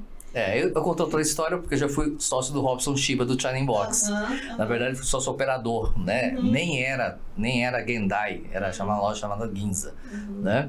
E realmente a questão de logística é um problema crítico, né? Não só para todos. Se você conversar com o Rico Rose, por exemplo, que ele é o diretor regional, né, do estado de Goiás, do Subway, né? A gente vê muito isso, né? Então, de fato, quando você fala sobre negócios, e lá atrás, quando o empreendedor médio, aí eu vou contar a história do Jean. O Jean é amigo da minha esposa e um dia eu falei assim, olha, Japa, eu tô precisando da sua ajuda, que eu entrei num negócio, já fazem 9 meses, essa criança não pare, porque eu só coloco o dinheiro, o negócio não rentabiliza. E eu falei, nossa, que bacana, então vamos tentar te ajudar. E eu perguntei, né, pro Jean, falei, Jean, qual que é o seu negócio? Ele falou assim, cara, espada na sobrancelha. Eu falei, cara, que coisa fantástica, né? Casualmente eu sou meio sobrinho torto, né? Adotado lá pelo Hélio Nakanishi, né? Do Hélio. E aí eu falei, não, cara, o segmento de beleza, né, é um mercado que cresce nos últimos 20 anos a 8% ao ano. É um mercado em franca expansão, as grandes marcas, né, começaram a expandir os seus negócios, marcas nacionais começaram. Bom, temos duas grandes empreendedoras, né, que atuam no segmento, né, que é a Camila Farini, né, e a outra empreendedora, esqueci o nome aqui, mas enfim, eu falei, fantástico, é um negócio que assim, não tem como você não dar certo. Eu falei, bacana, mas a segunda pergunta, já que eu tenho para fazer para você, nos seus 43 anos, quantas vezes você fez a sua sobrancelha? Então, o empreendedor médio, né, ele quer empreender, a primeira coisa que ele faz, ele fala assim, não, eu vou para uma feira de franquia, vou comprar uma franquia e olha, eu vou botar o meu filho que não quer trabalhar, não quer estudar para cuidar da franquia. Ou minha esposa que não está fazendo nada em casa, né? Então, ou seja, gente, tem que entender que empreender tem a ver justamente com paixão, com vocação, com missão. Né? Se isso não tiver atrelado ao seu negócio, e aí quem já assistiu o filme Fome do Poder, que conta a história do McDonald's, vai saber exatamente, né? Só aquele filme tem 23 lições preciosíssimas, né? Em relação, porque o negócio do McDonald's, de fato, não é fazer hambúrguer. Né? O principal negócio dele, efetivamente, é o quê? A locação do espaço. Né? Para o investidor do McDonald's, é uma boa pergunta. Né? Você já viu algum dono do McDonald's atrás do balcão? Pois é. Então, eles são investidores. Né? Então, investidores, eles olham isso como um negócio. Né? Então, eles compram o quê? Um modelo de negócio, de tal forma que você consiga escalar e você tenha uma rentabilidade que vai dar muito mais do que eventualmente você fazer uma aplicação de capital de risco. Não que bolsa seja um péssimo negócio, mas quando você é um investidor, você busca diversificar os seus investimentos. Né? E franquia seria um negócio. Agora, para você que está iniciando, né, na franquia, né, escolha muito bem, né? Busque uma consultoria, uma assessoria para escolher. O grande problema que a gente tem no mundo das franquias são o quê? São franqueados que começaram um negócio há uma semana atrás e nos dias seguintes estão franqueando. Então a gente vê muito problema, muito litígio, né? Eu tenho dois casos aqui. Eu tenho uma cliente aqui, por exemplo, que ela está saindo de uma franquia e, como ela não leu o contrato, né, ela descobriu que ela não pode operar nesse segmento pelos próximos 5 anos. Olha. E, obviamente, ela vai ter que entrar com uma ação judicial, né, porque é a única atividade, a única especialidade que ela sabia fazer. E ela ajudou essa franquia a crescer. Né? Eu tenho outro caso, um outro franqueado, né, que ele entrou nessa franquia e falou, rapaz, esse negócio aqui não tá certo. E ele foi conversar. Quando você adquiriu a franquia, você chegou a conversar com os outros franqueados? Falou, pois é, acho que foi esse o equívoco que eu cometi. E ele conversando com o franqueado mais antigo dessa franquia, ele entendeu que a franquia, como é franquia local do Sul, já diz muito, né? A franquia do Sul, você quer colocar no Planalto Central. Então, assim, o público-alvo é diferente, né? O hábito é diferente. Então, pensar que uma cafeteria média, né? Existe uma grande cafeteria que anuncia, né? Que ele tem o prazer de anunciar que no último ano ele abriu uma cafeteria a cada dia, né? Ele só não conta quantas cafeterias ele fechou a cada dia. Eu comentei do externo aqui que eu achei muito interessante, porque conversando com eles me falaram, na mesma cidade, em São Paulo, que eles têm um cardápio diferente para cada bairro, porque em cada bairro eles encontram um público diferente. Eu achei muito interessante isso. Claro, né, que não são os carros-chefes, mas uma outra adaptação aqui para atender aquele bairro. Eu achei muito bacana. Em relação a essa questão de franquia também, outro dia eu estava ouvindo um depoimento de uma pessoa que estava vendendo, né? E assim, reclamando sobre o faturamento, como se tivesse sido enganado, né? Então é importantíssimo, né? É importantíssima essa análise aí antes de você adquirir, né, uma marca. É aquilo que a gente costuma dizer, né? Pesquise, né? Eu consigo planejar onde eu vou passar o carnaval, mas eu não planejo quando eu vou eventualmente empreender, adquirir uma franquia. Né? Então, estudar profundamente, né, o seu negócio. Tem situações das mais diversas com franqueados descontentes com o seu negócio, que vão de escola de inglês, a cafeterias, a empresas que prestam serviços, né? Porque de fato, o que é que diferencia de uma boa, de uma péssima franquia? Você tem que avaliar sobre vários aspectos, né? Tem um aspecto jurídico, contratual, tem um aspecto em relação qual que é a tendência de mercado. Você imagina o seguinte, se a Blockbuster lá atrás franqueasse a Blockbuster no passado e você adquirisse uma franquia da Blockbuster, como é que seria o seu negócio? Né? Então, quando nós éramos sócios operadores lá do Robson Shiva e do Sadak, do Carlos Sadak, a gente era uma lojinha que chamava Ginza, era uma lojinha que tinha um balcão, hoje a gente conhece como take-out, né? Mas a gente já fazia take-out lá. Era uma lojinha de 20 metros quadrados, onde a gente operava produtos de venda japoneses e um balcão para oferecer sushi, sashimi para a viagem, onde a pessoa vinha buscar. A gente até fazia delivery. Então ali foi uma experiência muito boa, só que a gente entendeu, né, que o ramo, o segmento, né, ele exige o quê? A participação do dono, e vem aquela velha frase dos nossos avós, né, que os olhos do dono engordam um porco.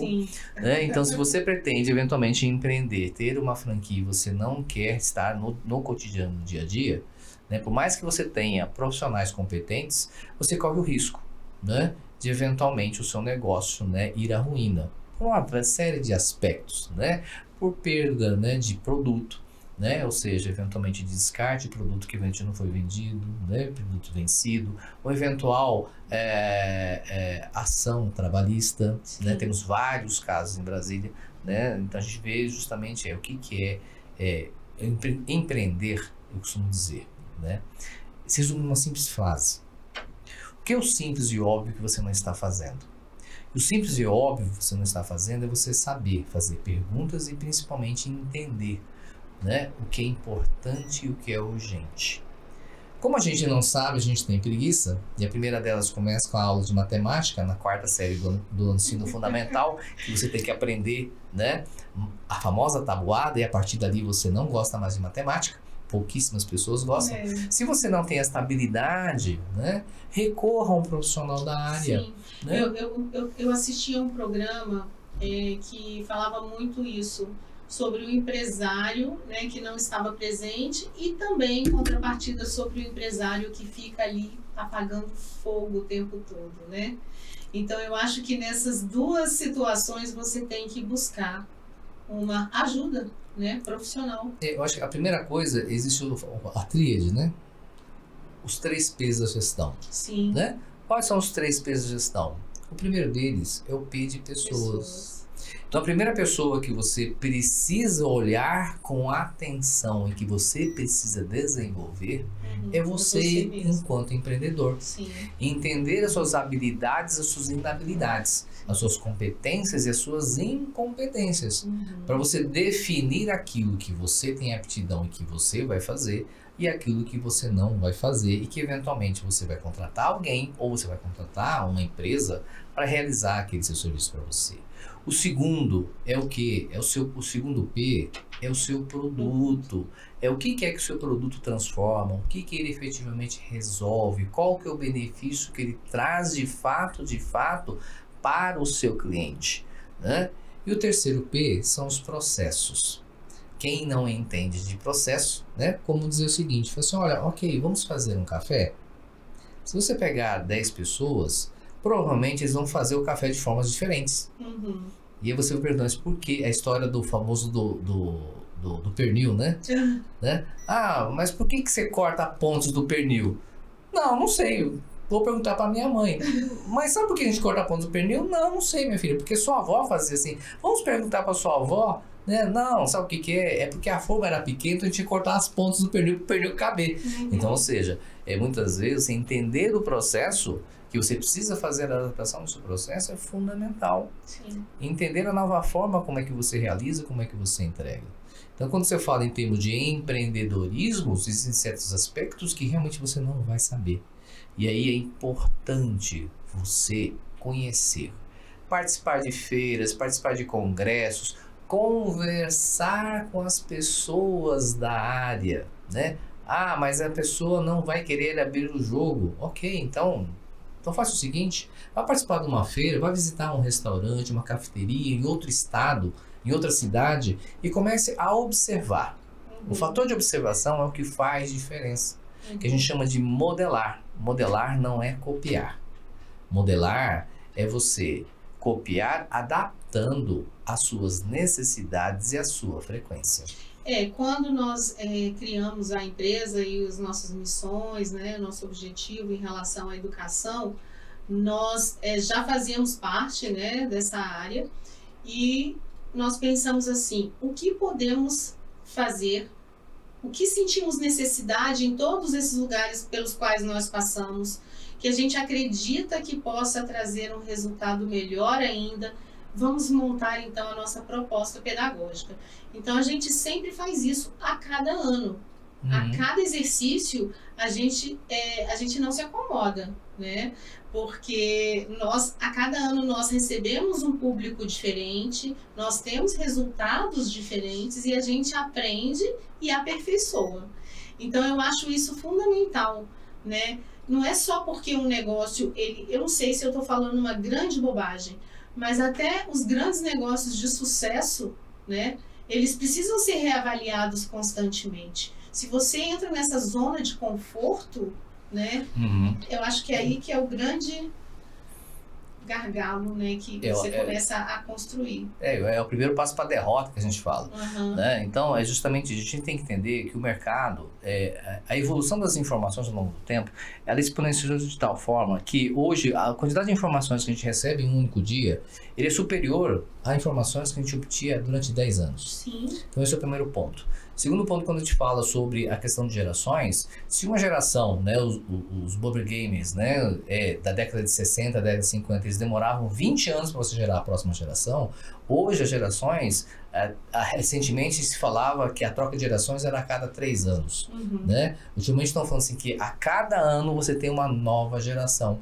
As escolas que trabalham com ensino fundamental e ensino médio, eles, os professores, os coordenadores de pedagogia, eles se assustam muitas vezes, né? Tem alguns amigos que são pedagogas e tem algumas escolas que falam assim, olha, a cada ano a gente tem que se reinventar para poder entender, né, a forma como é que essa nova geração está entrando na escola, né? Então, entender justamente de negócio é o fator de observação, né? Então, o que a gente traz em termos de pontuação, né? Planejamento, né? Ou seja, as pessoas confundem planejamento estratégico com plano de negócio. Eu costumo dizer assim, o plano de negócio é a primeira coisa que qualquer empreendedor deveria fazer. Ah, mas qual que é a diferença, Cícero? Né? Então, se a gente foi ensinado, né, o que fazer e como fazer. Só que Simon Sinek, né, escreveu um livro dizendo assim, comece pelo porquê. O plano de negócio, ele responde a primeira pergunta, o porquê do seu negócio. O planejamento estratégico é o como e o que fazer, é a ação. Então, como diz Alice no País das Maravilhas, né, País das Maravilhas, né, com o gato de botas, assim, onde você quer ir? Não sei, então qualquer caminho serve. Então, o plano de negócio, ele visa basicamente estabelecer olha, o porquê que é do meu negócio. Então, visão, missão, valores. Então, se você não consegue explicar o seu negócio numa única frase, que tem o mesmo impacto, né, que a frase muito famosa, né, de um certo animador de palco, né, hoje já aposentado, que dizia assim, quem quer dinheiro? Sim. Então, quem quer dinheiro chama atenção? Chama atenção? Desperta interesse? Gera desejo? Toda vez que ele ia ao palco e falava assim, quem quer dinheiro, o que acontecia? As pessoas se alvoroçavam. Então, se o seu negócio, se você não consegue explicar o seu negócio numa única frase, que chame atenção, desperte interesse, gere o desejo e faça com que o cliente ele tenha uma ação, dificilmente você vai ter o quê? Público. Então, primeiro P são pessoas. E entender, né, primeiramente, quais são suas habilidades e inabilidades. Entender primeiro, né, quem é o seu cliente ideal, e entender que seus colaboradores são pessoas. Então, o fato é o seguinte, né, existe uma frase que eu costumo usar muito. Se você não sabe como é que seu cliente pensa, como é que você vai saber do que ele gosta? A maioria dos empreendedores eles começam um negócio por uma questão de necessidade. E faz um negócio muitas vezes para si. Mas a pessoa mais importante deste processo é o seu cliente. que se o seu cliente ele não entender a sua proposta de valor, o que é que você está resolvendo, simplesmente você vai estar, que né, a gente chama, você vai estar brigando por preço, pelo mar vermelho.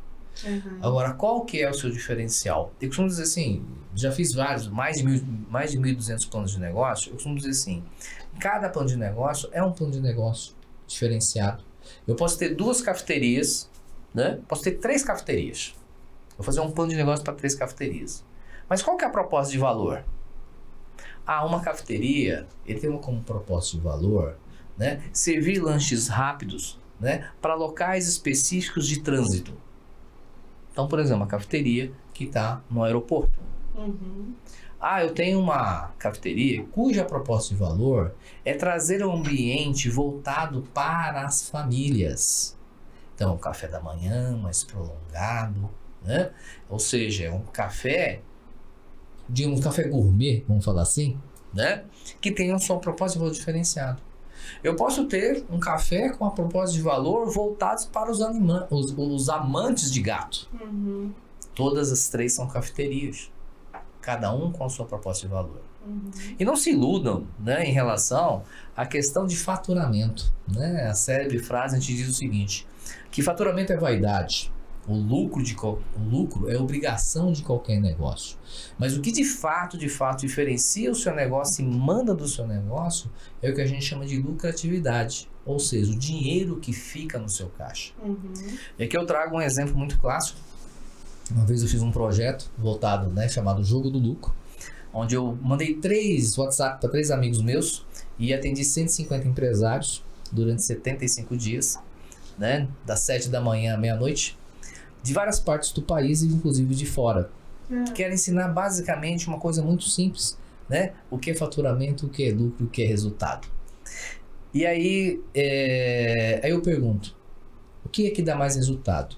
Uma padaria de Águas Lindas que fatura 100 mil reais por mês, cujo resultado no final do mês é 500 reais, ou um artesão de bolsas que faz bolsas artesanais em Campo Grande, que vende 2.500 reais por mês, e sobra ao final do mês R$1.600.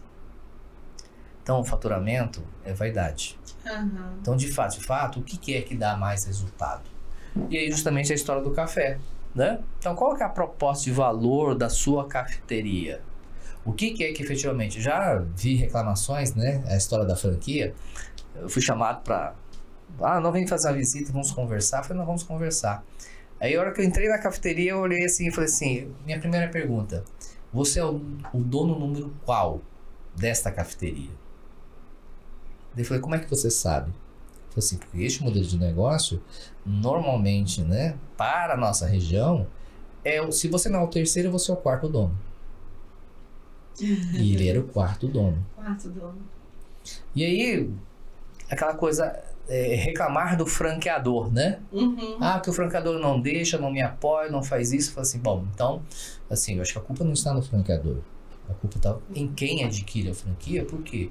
Porque se você soubesse, né, que você não pode colocar outros produtos, que você tem que adquirir exclusivamente do seu fornecedor, que está a 800 quilômetros de distância, e que ele te impõe uma cota mínima de compra de produto e você está num local onde literalmente não passa gente, dificilmente você vai ter resultado. Então,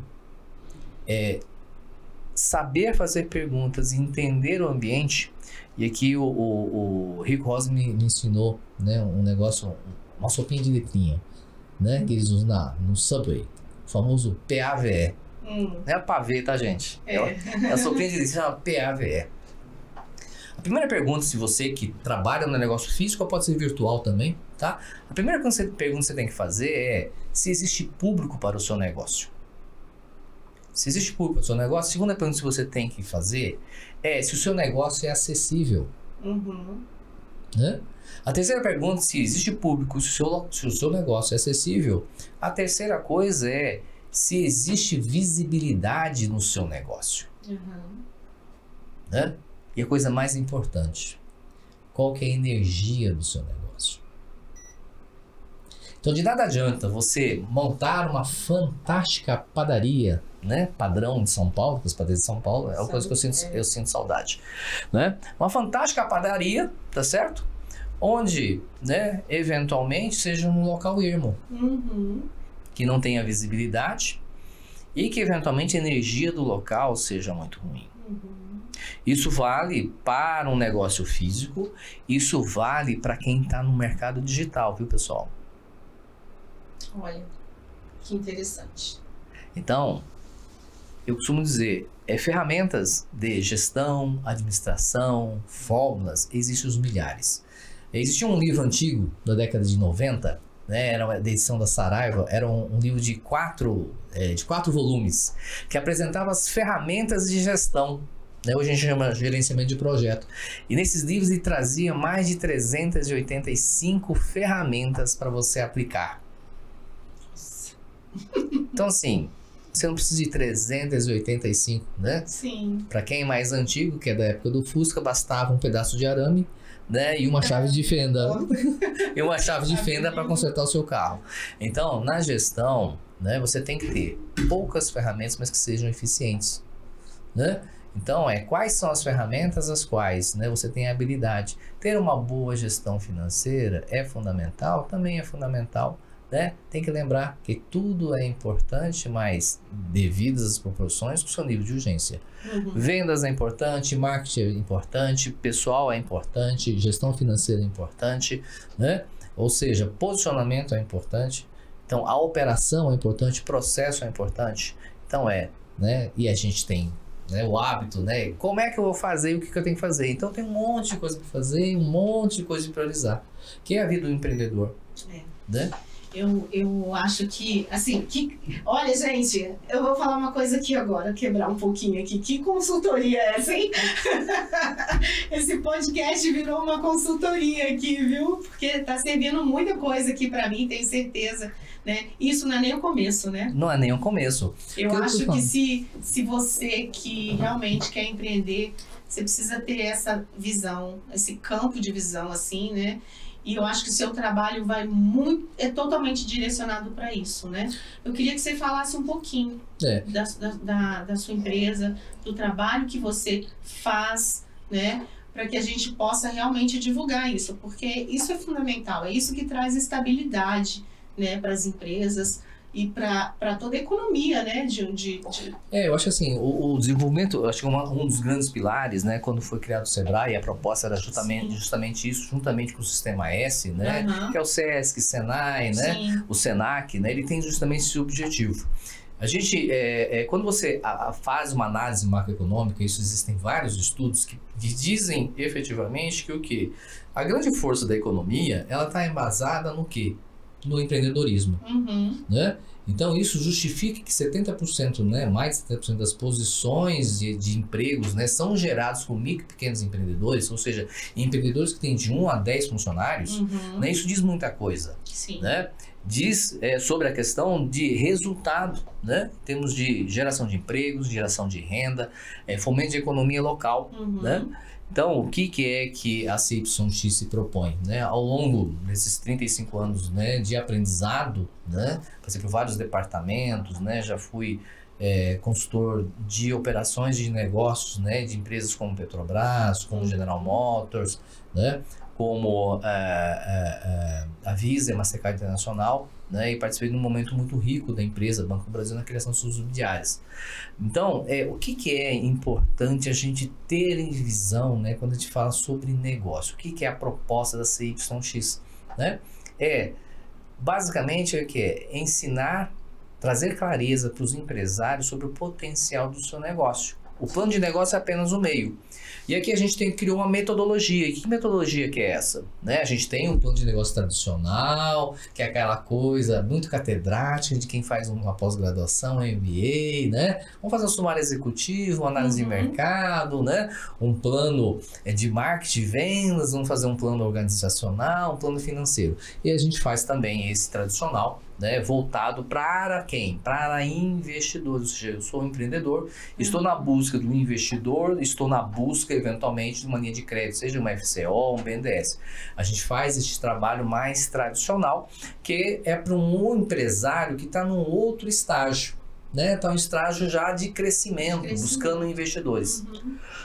A gente atende eminentemente, né? A nossa proposta é atender aquela pessoa que é o novo empreendedor, aquela pessoa que quer empreender. Olha, eu tenho aqui uma ideia e eu quero transformar essa ideia num negócio.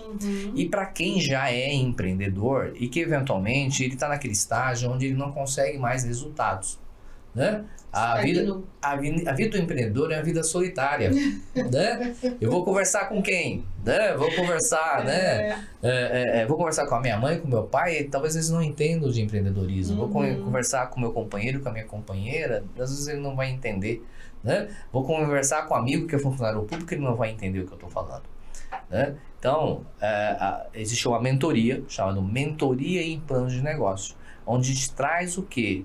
Né? São dois pilares que a gente trabalha. O primeiro são duas palavras assim, fundamentais. A primeira delas é a clareza e a segunda é a ousadia.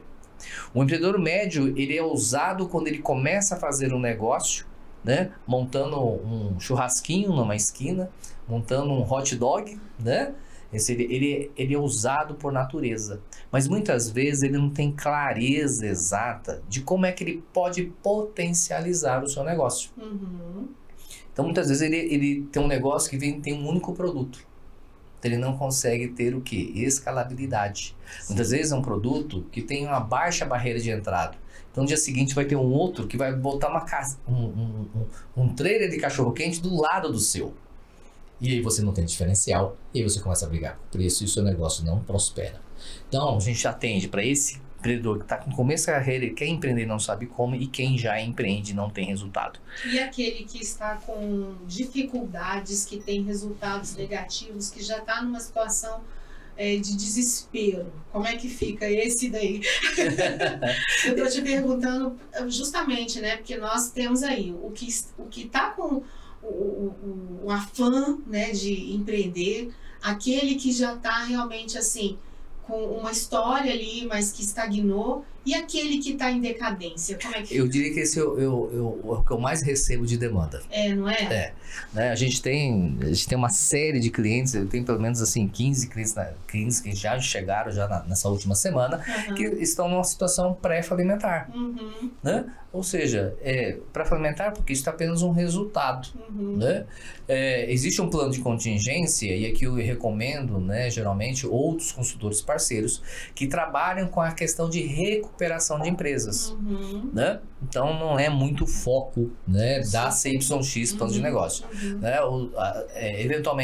Eventualmente até cabe, eventualmente a gente trabalhar um plano de negócio, mas a gente avalia muito bem em que estágio, porque muitas vezes a situação dele é tão pré-falimentar, muitas vezes ele está em situações de concordata, eminentemente, em que o passivo, né, e esses passivos geralmente são passivos relacionados, né, a passivos trabalhistas, passivos, né, relacionados a impostos. Muitas vezes ele já fez o refis já a segunda, terceira vez, ele não tem por onde, ele não tem capacidade, nem operacional e nem tão pouco capacidade de geração de resultado naquela empresa. Né? Então, o que a gente fala que muitas vezes, né, fala assim, não, eu queria vender o meu negócio, mas o seu negócio efetivamente ele não tem valor. Né? Então, muitas vezes você assumir, né, o seu prejuízo de fato, e encerrar as atividades. Outras não. Outras muitas vezes têm uma possibilidade de recuperação. Né? Então, tem empresas, consultores especializados em recuperação desse tipo de empresa. Né? Quando você faz um início, né, consciente, um início planejado, né, eu acho que existem fatores que podem causar uma dificuldade ou outra ali, mas se a gente está direcionado, de mãos dadas aí, né, com todos o apoio, o conhecimento, a capacitação, a mentoria, tudo isso daí, você evita chegar a esse ponto, né? A principal função uma das perguntas, né, que o plano de negócio ele tem que ter como proposta de valor a responder é: o que é que pode dar errado no meu negócio? né? Então, basicamente, o plano de negócio ele vai responder, né? Qual que é a proposta de valor, ou seja, o que é o seu negócio, o que ele resolve, o que ele transforma. Ele vai responder, principalmente, quem é o seu cliente, né? Ideal, né? Seu cliente ideal. Existe mercado para o seu negócio, né? De fato. E por último, o que pode dar errado no meu negócio? Então, eu vou dar aqui um exemplo aqui, né? Aleatório, né? De uma empresa, de uma indústria, né? Que trabalha no segmento de alimentos, em que ela tinha uma marca própria, né, do seu produto. E é uma empresa que existia já há mais de 40 anos, né, muito bem estabilizada, mas a empresa, de fato, ela vinha enfrentando, né, o enfrentamento da famosa concorrência dos grandes players. Era uma marca local, trabalhava muito bem, e os concorrentes começaram a chegar. E concorrentes de peso com potencial, de preço, né? Não tinha problema de logística, né? Ou seja, de fato, ele via que a cada ano o negócio dele reduzia de tamanho. Qual que foi a opção dele? Ele simplesmente acabar com o negócio dele de produto de marca própria. Qual que foi a solução? A solução foi ele passar a fabricar os produtos para os seus concorrentes. Né? Porque o grande problema dos seus concorrentes era a logística, porque os produtos vinham de São Paulo e iam para o Nordeste. Como a fábrica dele estava no Nordeste, o que ele fazia? Simplesmente ele falou assim: o que você quer que eu faça e quando é que você quer que eu entregue? Então é o que a gente chama uma plataforma, uma solução de private label, né? Ou seja, você produzir o seu produto para terceiros. Então, muitas vezes você, que a gente chama de handover, ou você fazer swap, ou você alterar o seu modelo de negócio, é uma questão de sobrevivência, né? Então, hoje, quando a gente fala sobre modelos de negócio, não é porque você é grande, você é pequeno. Imagina o seguinte, na década de 70, 80, né, a indústria automobilística estava concentrada no estado de São Paulo. Existiam uns poucos fabricantes de veículos, né? Hoje em dia a gente tem uma infinidade de marcas de veículos. E esses veículos são produzidos aonde? Tem até em Catalão, que é a cidade da minha mãe. Exatamente. Né? A Mitsubishi, a história da Mitsubishi é muito interessante, a vinda dela, né? Inclusive eu conheci, né, quem trouxe a Mitsubishi do Brasil, né, para cá, né? E tem um escritório aqui no Lago Sul, né? Que é o seu Cauano. O seu Cauano, ele ajudou a praticamente construir o estado de Tocantins, né? E ele tem muito contato, né, com as indústrias japonesas. E ele foi eminentemente um dos responsáveis por trazer a Mitsubishi, né, para Catalão. Né? Então, você vê que o que mudou lá? Ora, Catalão tem uma indústria de autopeças próximas? Não tem. Mas o benefício fiscal, a alocação de disposição, gerou uma transformação de toda a região. Sim. Então, boa parte da indústria metalúrgica, suprimento e fornecedores, se criou o quê? Um novo ecossistema em volta de Catalão. Então, entender essa questão como é que eu transformo o meu negócio, né? Regiões longínquas, né? Por exemplo, na Bahia, Paraná, né? Fechamento de indústrias para ir para locais, as grandes indústrias buscam o quê? Eficiência operacional e o quê? Economicidade. Então, se o seu negócio ele não tem essa questão, se você chegou no limite onde você não traz economicidade, você tem que pensar qual o tipo de novo modelo de negócio que eu preciso construir. Então, entender a construção do modelo de negócio, para você que está iniciando hoje, né, na sua jornada, é você olhar as oportunidades. E a gente chama de antevisão. Antever movimentos é fundamental. E como é que a gente antevê movimentos? É quando você busca informações. Então, importante participar de feiras, participar, né, de eventos, congressos. E você não precisa estar presente. Hoje o mundo da internet propicia que você possa eventualmente estar na NRF de Nova York, conhecendo a indústria varejista, né? Você ter contatos com fabricantes e fornecedores na China, na Ásia, né? Então, isso propicia uma velocidade, né? Você tem uma velocidade muito grande de trânsito de informação. O que eu posso trazer de novo? Muitas vezes aquilo que você fala assim, a noiva é a mesma, só trocou o penteado. Então, como é que eu posso trazer um novo penteado, né, que seja agradável ao meu público local. né? Que cria esse desejo, né? Cria esse desejo. Então, criar mercado é justamente isso, você ver as oportunidades, né? Se você perguntar hoje, né? Olha, eu preciso de alguém que instale ar-condicionado e ver manutenção de ar-condicionado hoje, provavelmente você está tendo dificuldade. Tá. Tá, eu sei que sim. mas é uma tipicidade. Sim, é uma tipicidade. O fato é que hoje aqui em Brasília você não encontra profissionais. É verdade. Então a escassez gera oportunidade. Uma das principais frases que eu trago, né, lá de Dubai é que de fato, a escassez ele gera oportunidade. A escassez gera oportunidade.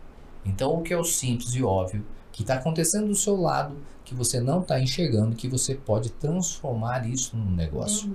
Um dos principais empreendedores, né, que levou açaí para os Emirados Árabes se chama Márcio Saboia, né, é um jovem com 35 anos, mas ele aos 18 anos ele entrou no navio clandestinamente para aprender a língua inglesa, se tornou comissário de bordo e ele é oriundo, ele é ribeirinho do Tapajós. Olha. E aí ele resolveu empreender, né? Ele foi levando o açaí para os Emirados Árabes. Ele falou, um país, né, que na época do inverno, né, a temperatura média, né, no deserto é algo em torno de 40 graus e no alto verão chega a 55, a quase 60 graus, com índice de umidade abaixo de 30%. Eu falo, perfeito, que visão. Ele falou assim, foi uma dificuldade enorme, porque as pessoas não estavam habituadas ao açaí que eu estava acostumado a tomar no Pará. Então, o açaí que você toma no Pará é diferente do que você toma aqui em Brasília. Então, ele teve que fazer uma adaptação. O ano retrasado, só ele importou do Brasil 150 toneladas de açaí para os Emirados Árabes. Recentemente, ele está expandindo seus negócios, né? Além, né, de Dubai, está indo para a Ásia, né, para países como Coreia, Vietnã, né, Japão, né, expandindo seus negócios. E ele é um brasileiro que utilizou a sua criatividade e viu na diversidade uma oportunidade. E surpreende-se, sabe o que ele vende?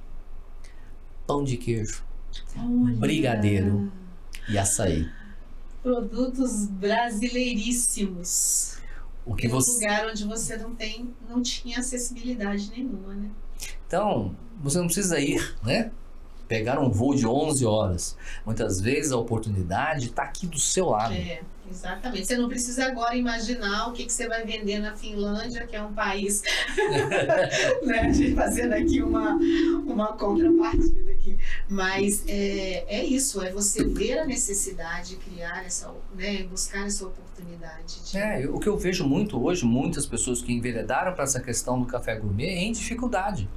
Né? Não porque dificuldade, né? Porque de fato, entender o seu mercado, entender o seu cliente, entender esse modelo de negócio, porque de repente você está comparando, né? Você está querendo concorrer, né? Montei uma cafeteria linda e maravilhosa, mas eu não tenho diferencial. Né? Eu estou colocado num local que eventualmente não tem público, que não tem acessibilidade, que não tem visibilidade. Tem um modelo de negócio aqui em Brasília, eu queria comentar, porque é memória afetiva. Eu acho incrível, não sei se você conhece. Mas eu moro no bairro da Asa Norte há mais de 30 anos. E desde quando eu mudei para lá, que tem uma lojinha pequenininha, tá? Nunca teve a intenção de se transformar numa grande loja, que vive lotada todos os dias. E que se chama o Rei do Pão de Queijo. Então, a gente chega lá, sempre os mesmos produtos. A broa, o bolo de cenoura com chocolate, o pão de queijo, obviamente, num balcão simples, que você senta num banco alto, pede um café, come alguma coisa ali, né? Ainda vem até há pouco tempo vinha naqueles pratos de... não é de plástico. Aquele famoso Pirex. Não é nem Pirex, é aquele parece de alumínio mesmo, né? Que colocava assim. O copo, é aquele copo que você estava comentando aqui no Cristais começo. Nadir Figueiredo Cristais é o melhor Nadir Figueiredo. cristal E que ali existe. vive cheio, né? Eu acho que isso aí é uma exceção, né? Eu acho que aqui tem muita relação, né? O que é sucesso, Uhum, né? Sucesso é relativo. uhum, Sucesso é pessoal, uhum. né? E até onde você quer chegar também, né? Exato. Então, assim, você ter clareza de propósito é justamente isso, né? Lembre-se o seguinte, quanto mais negócio você tem, mais problemas você vai ter. Sim. Então, se a sua opção, eventualmente, é você ter um negócio que tenha sustentabilidade, que tenha tradição, e aquilo é um sucesso para você, e você mantém essa questão de tradição, que aqui vem as famosas teorias de marketing, né? Uhum. CAC, LTV, né? Uma série de siglas, né? Que basicamente Aí vamos lá dar outra dica. Quais são as 4 formas de você aumentar o seu faturamento? Você sabe quais são? Tem uma ideia assim? Aumentar o faturamento? Eu acho que começar pela análise de custo, né? Do que você está comprando, não? Isso é uma das formas de economicidade. Mas se você pensar em termos de faturamento, existem 4 formas de você aumentar o seu faturamento. A primeira delas é você aumentar o seu preço, né? Sim. Então isso dá resultado imediato e é o que efetivamente escala o seu negócio. Então aumentar o seu preço do seu produto, não necessariamente existe um espaço que chama de elasticidade para você aumentar o preço. Porque eventualmente o seu público ele não está apto ou ele não tem propensão a pagar mais pelo seu produto, ou ele entende que ele não pode passar a pagar mais. Então a primeira delas é você aumentar o preço, né? Então de fato você aumentar o faturamento de forma, né, direta, né, no seu resultado, mas não necessariamente, porque depende muito do seu mercado. Sim. A segunda delas é o quê? É quando você vende mais na primeira venda. Você já foi no McDonald's ou na pipoca ou no cinema? No cinema, por exemplo, você compra pipoca pequena, a média Os ou... combos, né? Pela pouca diferença de preço. Né? Então, ou seja, né, você vender mais um produto, nesse caso é uma estratégia de ancoragem, né? Toda vez que você vai no McDonald's, girafas, aquela mocinha simpática, linda, sempre pergunta: senhora, a senhora não quer uma batata grande por mais R$1?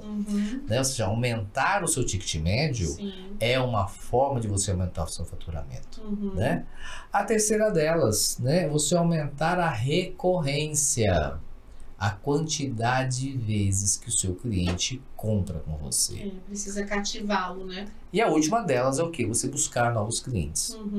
Só que, e aqui eu vou trazer uma outra metáfora, né? Imagina, nós estamos numa época de manga, né? Tá cheio, os pés de manga estão assim, carregadíssimos, né? O que é mais fácil? A gente pegar uma manga que está madura, que está lá em cima do pé de manga, ou aquele que está embaixo? Com certeza embaixo. Que é o que está embaixo. Então, essas mangas que estão embaixo representam aqueles que já são seus clientes. Lembra que o primeiro P da gestão são pessoas? As pessoas, elas só se relacionam com as pessoas que elas o quê? Elas confiam. Confiam e se identificam de alguma forma. Então, esses clientes, eventualmente, eles já são seus clientes, eles já compraram de você.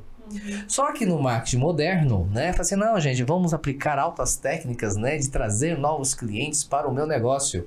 E aí você não cuida do seu cliente. Eu tenho um cliente que é um fotógrafo que já tem uma certa carreira aqui em Brasília, e uma das primeiras perguntas que eu fiz para ele foi assim, no seu portfólio, né, você já fotografou para mais de 30 mil pessoas aqui no Distrito Federal, quantas vezes você deu parabéns para um dos seus clientes? Eu sou cliente de uma clínica odontológica que todo ano no meu aniversário eu recebo uma ligação de lá. Então, o que é o simples e óbvio que você, empreendedor e empresário, não está fazendo? Então, muitas vezes, né, a gente tem uma imaginação que precisa gastar rios de dinheiros para fazer. Mas com ações simples e óbvias, né, você pode efetivamente aumentar o seu faturamento, né? Então, a gente costuma dizer, né, que o seu cliente ele só é seu cliente quando ele consome por você pela terceira vez, dependendo da modalidade do negócio. Então, ontem eu vi uma outra fotógrafa, né, muito jovem, né, ela falou assim, eu não sou fotógrafa, né, eu não tiro fotografia, Na verdade, eu registro momentos familiares. Porque ela tem clientes no portfólio dela, né, que ela fotografou, né, esses casais quando eram solteiros, quando fizeram noivado, quando se casaram. Aí vem aquele baby born. Quando nasceu o seu primeiro filho, e assim, sucessivamente. Então, ela tem clientes há 15 anos. Então, isso é uma forma do quê? De recorrência. Sim. Né? Então, de fato, o que é o simples e óbvio que você não tem feito no seu negócio de tal forma? Você, né, aumentar o seu faturamento, gerar o que a gente chama de engajamento e principalmente, né, fidelizar os seus clientes. Porque esse cliente, né, ele vai ser o seu principal vendedor do seu negócio. Ele que vai propagar o seu negócio. Uma coisa que me chamou a atenção ao entrar aqui no seu cursinho foi justamente os quadros que você tem aqui dos alunos que passaram, né, nos cursos preparatórios e nos cursos vestibulares, né? Será que eventualmente essa família ela ficou feliz? Eu já tive aqui 4 gerações de uma família. Então, assim, a gente faz uma publicidade nas redes sociais, nos eventos, nos concursos, mas o nosso maior propagador é o próprio cliente que sai daqui, e não só os outros membros da família, mas os amigos, o amigo que está sendo transferido para Brasília, e nós temos também um curso à distância, quem não pode estar aqui. Então, assim, para a gente isso é sinônimo de sucesso naquilo que a gente tem feito. Então, a satisfação do nosso cliente que volta, que confia novamente, sendo um segundo filho, um terceiro filho, né? Porque a concorrência está aí. E nós respeitamos a concorrência e achamos que é muito saudável, porque ela também é um termômetro para a gente. Sim. Né?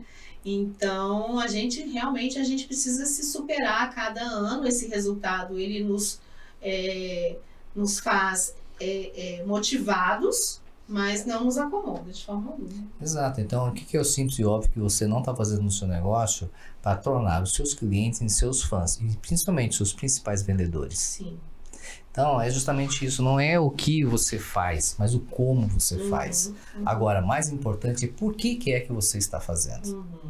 Se você entender o porquê que é que você está fazendo, a forma, o processo, você vai utilizar da sua criatividade, da sua experiência e da sua sensibilidade para aquilo que funciona para você.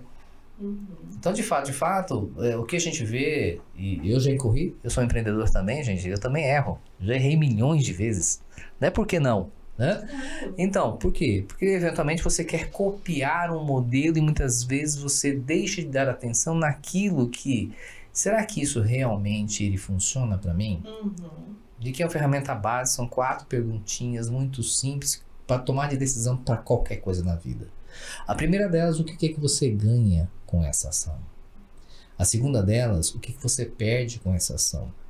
A terceira pergunta é, se você não fizer essa ação, o que é que você ganha? E a última pergunta é, se você não fizer essa ação, o que é que eu perco? Então, basicamente, se eu não cuidar dos meus clientes, né, o que eu ganho? Não ganho nada. Mas se eu não cuidar dos meus clientes, provavelmente vou perder esses clientes. Então, basicamente é ter atenção naquilo, que é o simples e óbvio que você não está fazendo. Então, é óbvio que nesse mundo moderno, né, as pessoas querem escalar o negócio. Não, quero, né, escalar o meu negócio, quero faturar muito. Então tá, ok, né? Mas o como? Não existe problema nenhum você crescer. O que você não pode, né? Eu vejo muitos empreendedores jovens, né? Que é o famoso, eu tenho várias empresas. Tenho 10 empresas, 15 empresas, 20 empresas. Não tem problema nenhum você ter 15, 20 empresas, né? Eu até admiro essas pessoas que têm essa capacidade. Mas a pergunta é, né? De fato, você é um gestor eficiente? Você tem na sua equipe pessoas competentes de fato? Ou será que eventualmente você é um pato? Que o pato é o único animal que anda mal, que voa mal e nada mal. Então, se você é um empreendedor pato, né? Eu tenho alguns clientes que estão nessa fase do pato, né? Um deles já chegou à conclusão, falou assim, olha, eu realmente vou vender 5 empresas que eu tenho, porque realmente você me fez ver que eu sou um verdadeiro pato. Eu sigo a lei do patismo. Então, a opção dele foi assim, não, vou concentrar naquele negócio que realmente é o principal negócio, que me gera resultado, e que realmente, quando eu vejo que eu dedico tempo, eu vejo resultados imediatos. Então, de fato, qual a energia que você está colocando no seu negócio, de fato, né? Quanto exclusivo que é empilhamento. O que é, né? Dedicação, né? Aquilo que é o seu propósito vai te trazer resultado, né? Ou seja, né? Não são 9 mulheres que vão trazer uma criança ao mundo em um mês, né? Mas sim existe respeitar o processo. Isso. Né? Gente, que aula! Estou impactada. Acho que eu vou te contratar. Preciso aprender mais para aplicar mais. E assim, Que incrível. uma recomendação que eu sempre digo e sempre dou, né, para as pessoas, né, é conexões, né? Manter conexões. Sim. Então, você ter conexões é fundamental, né? Hoje eu participo de alguns grupos de network, né? Dentre eles, né, a REM Brasil, que é a Rede de Empreendedores Nikkei, que tem o apoio da Embaixada do Japão, né? São alguns empresários, né, descendentes ou simpatizantes da cultura japonesa, né?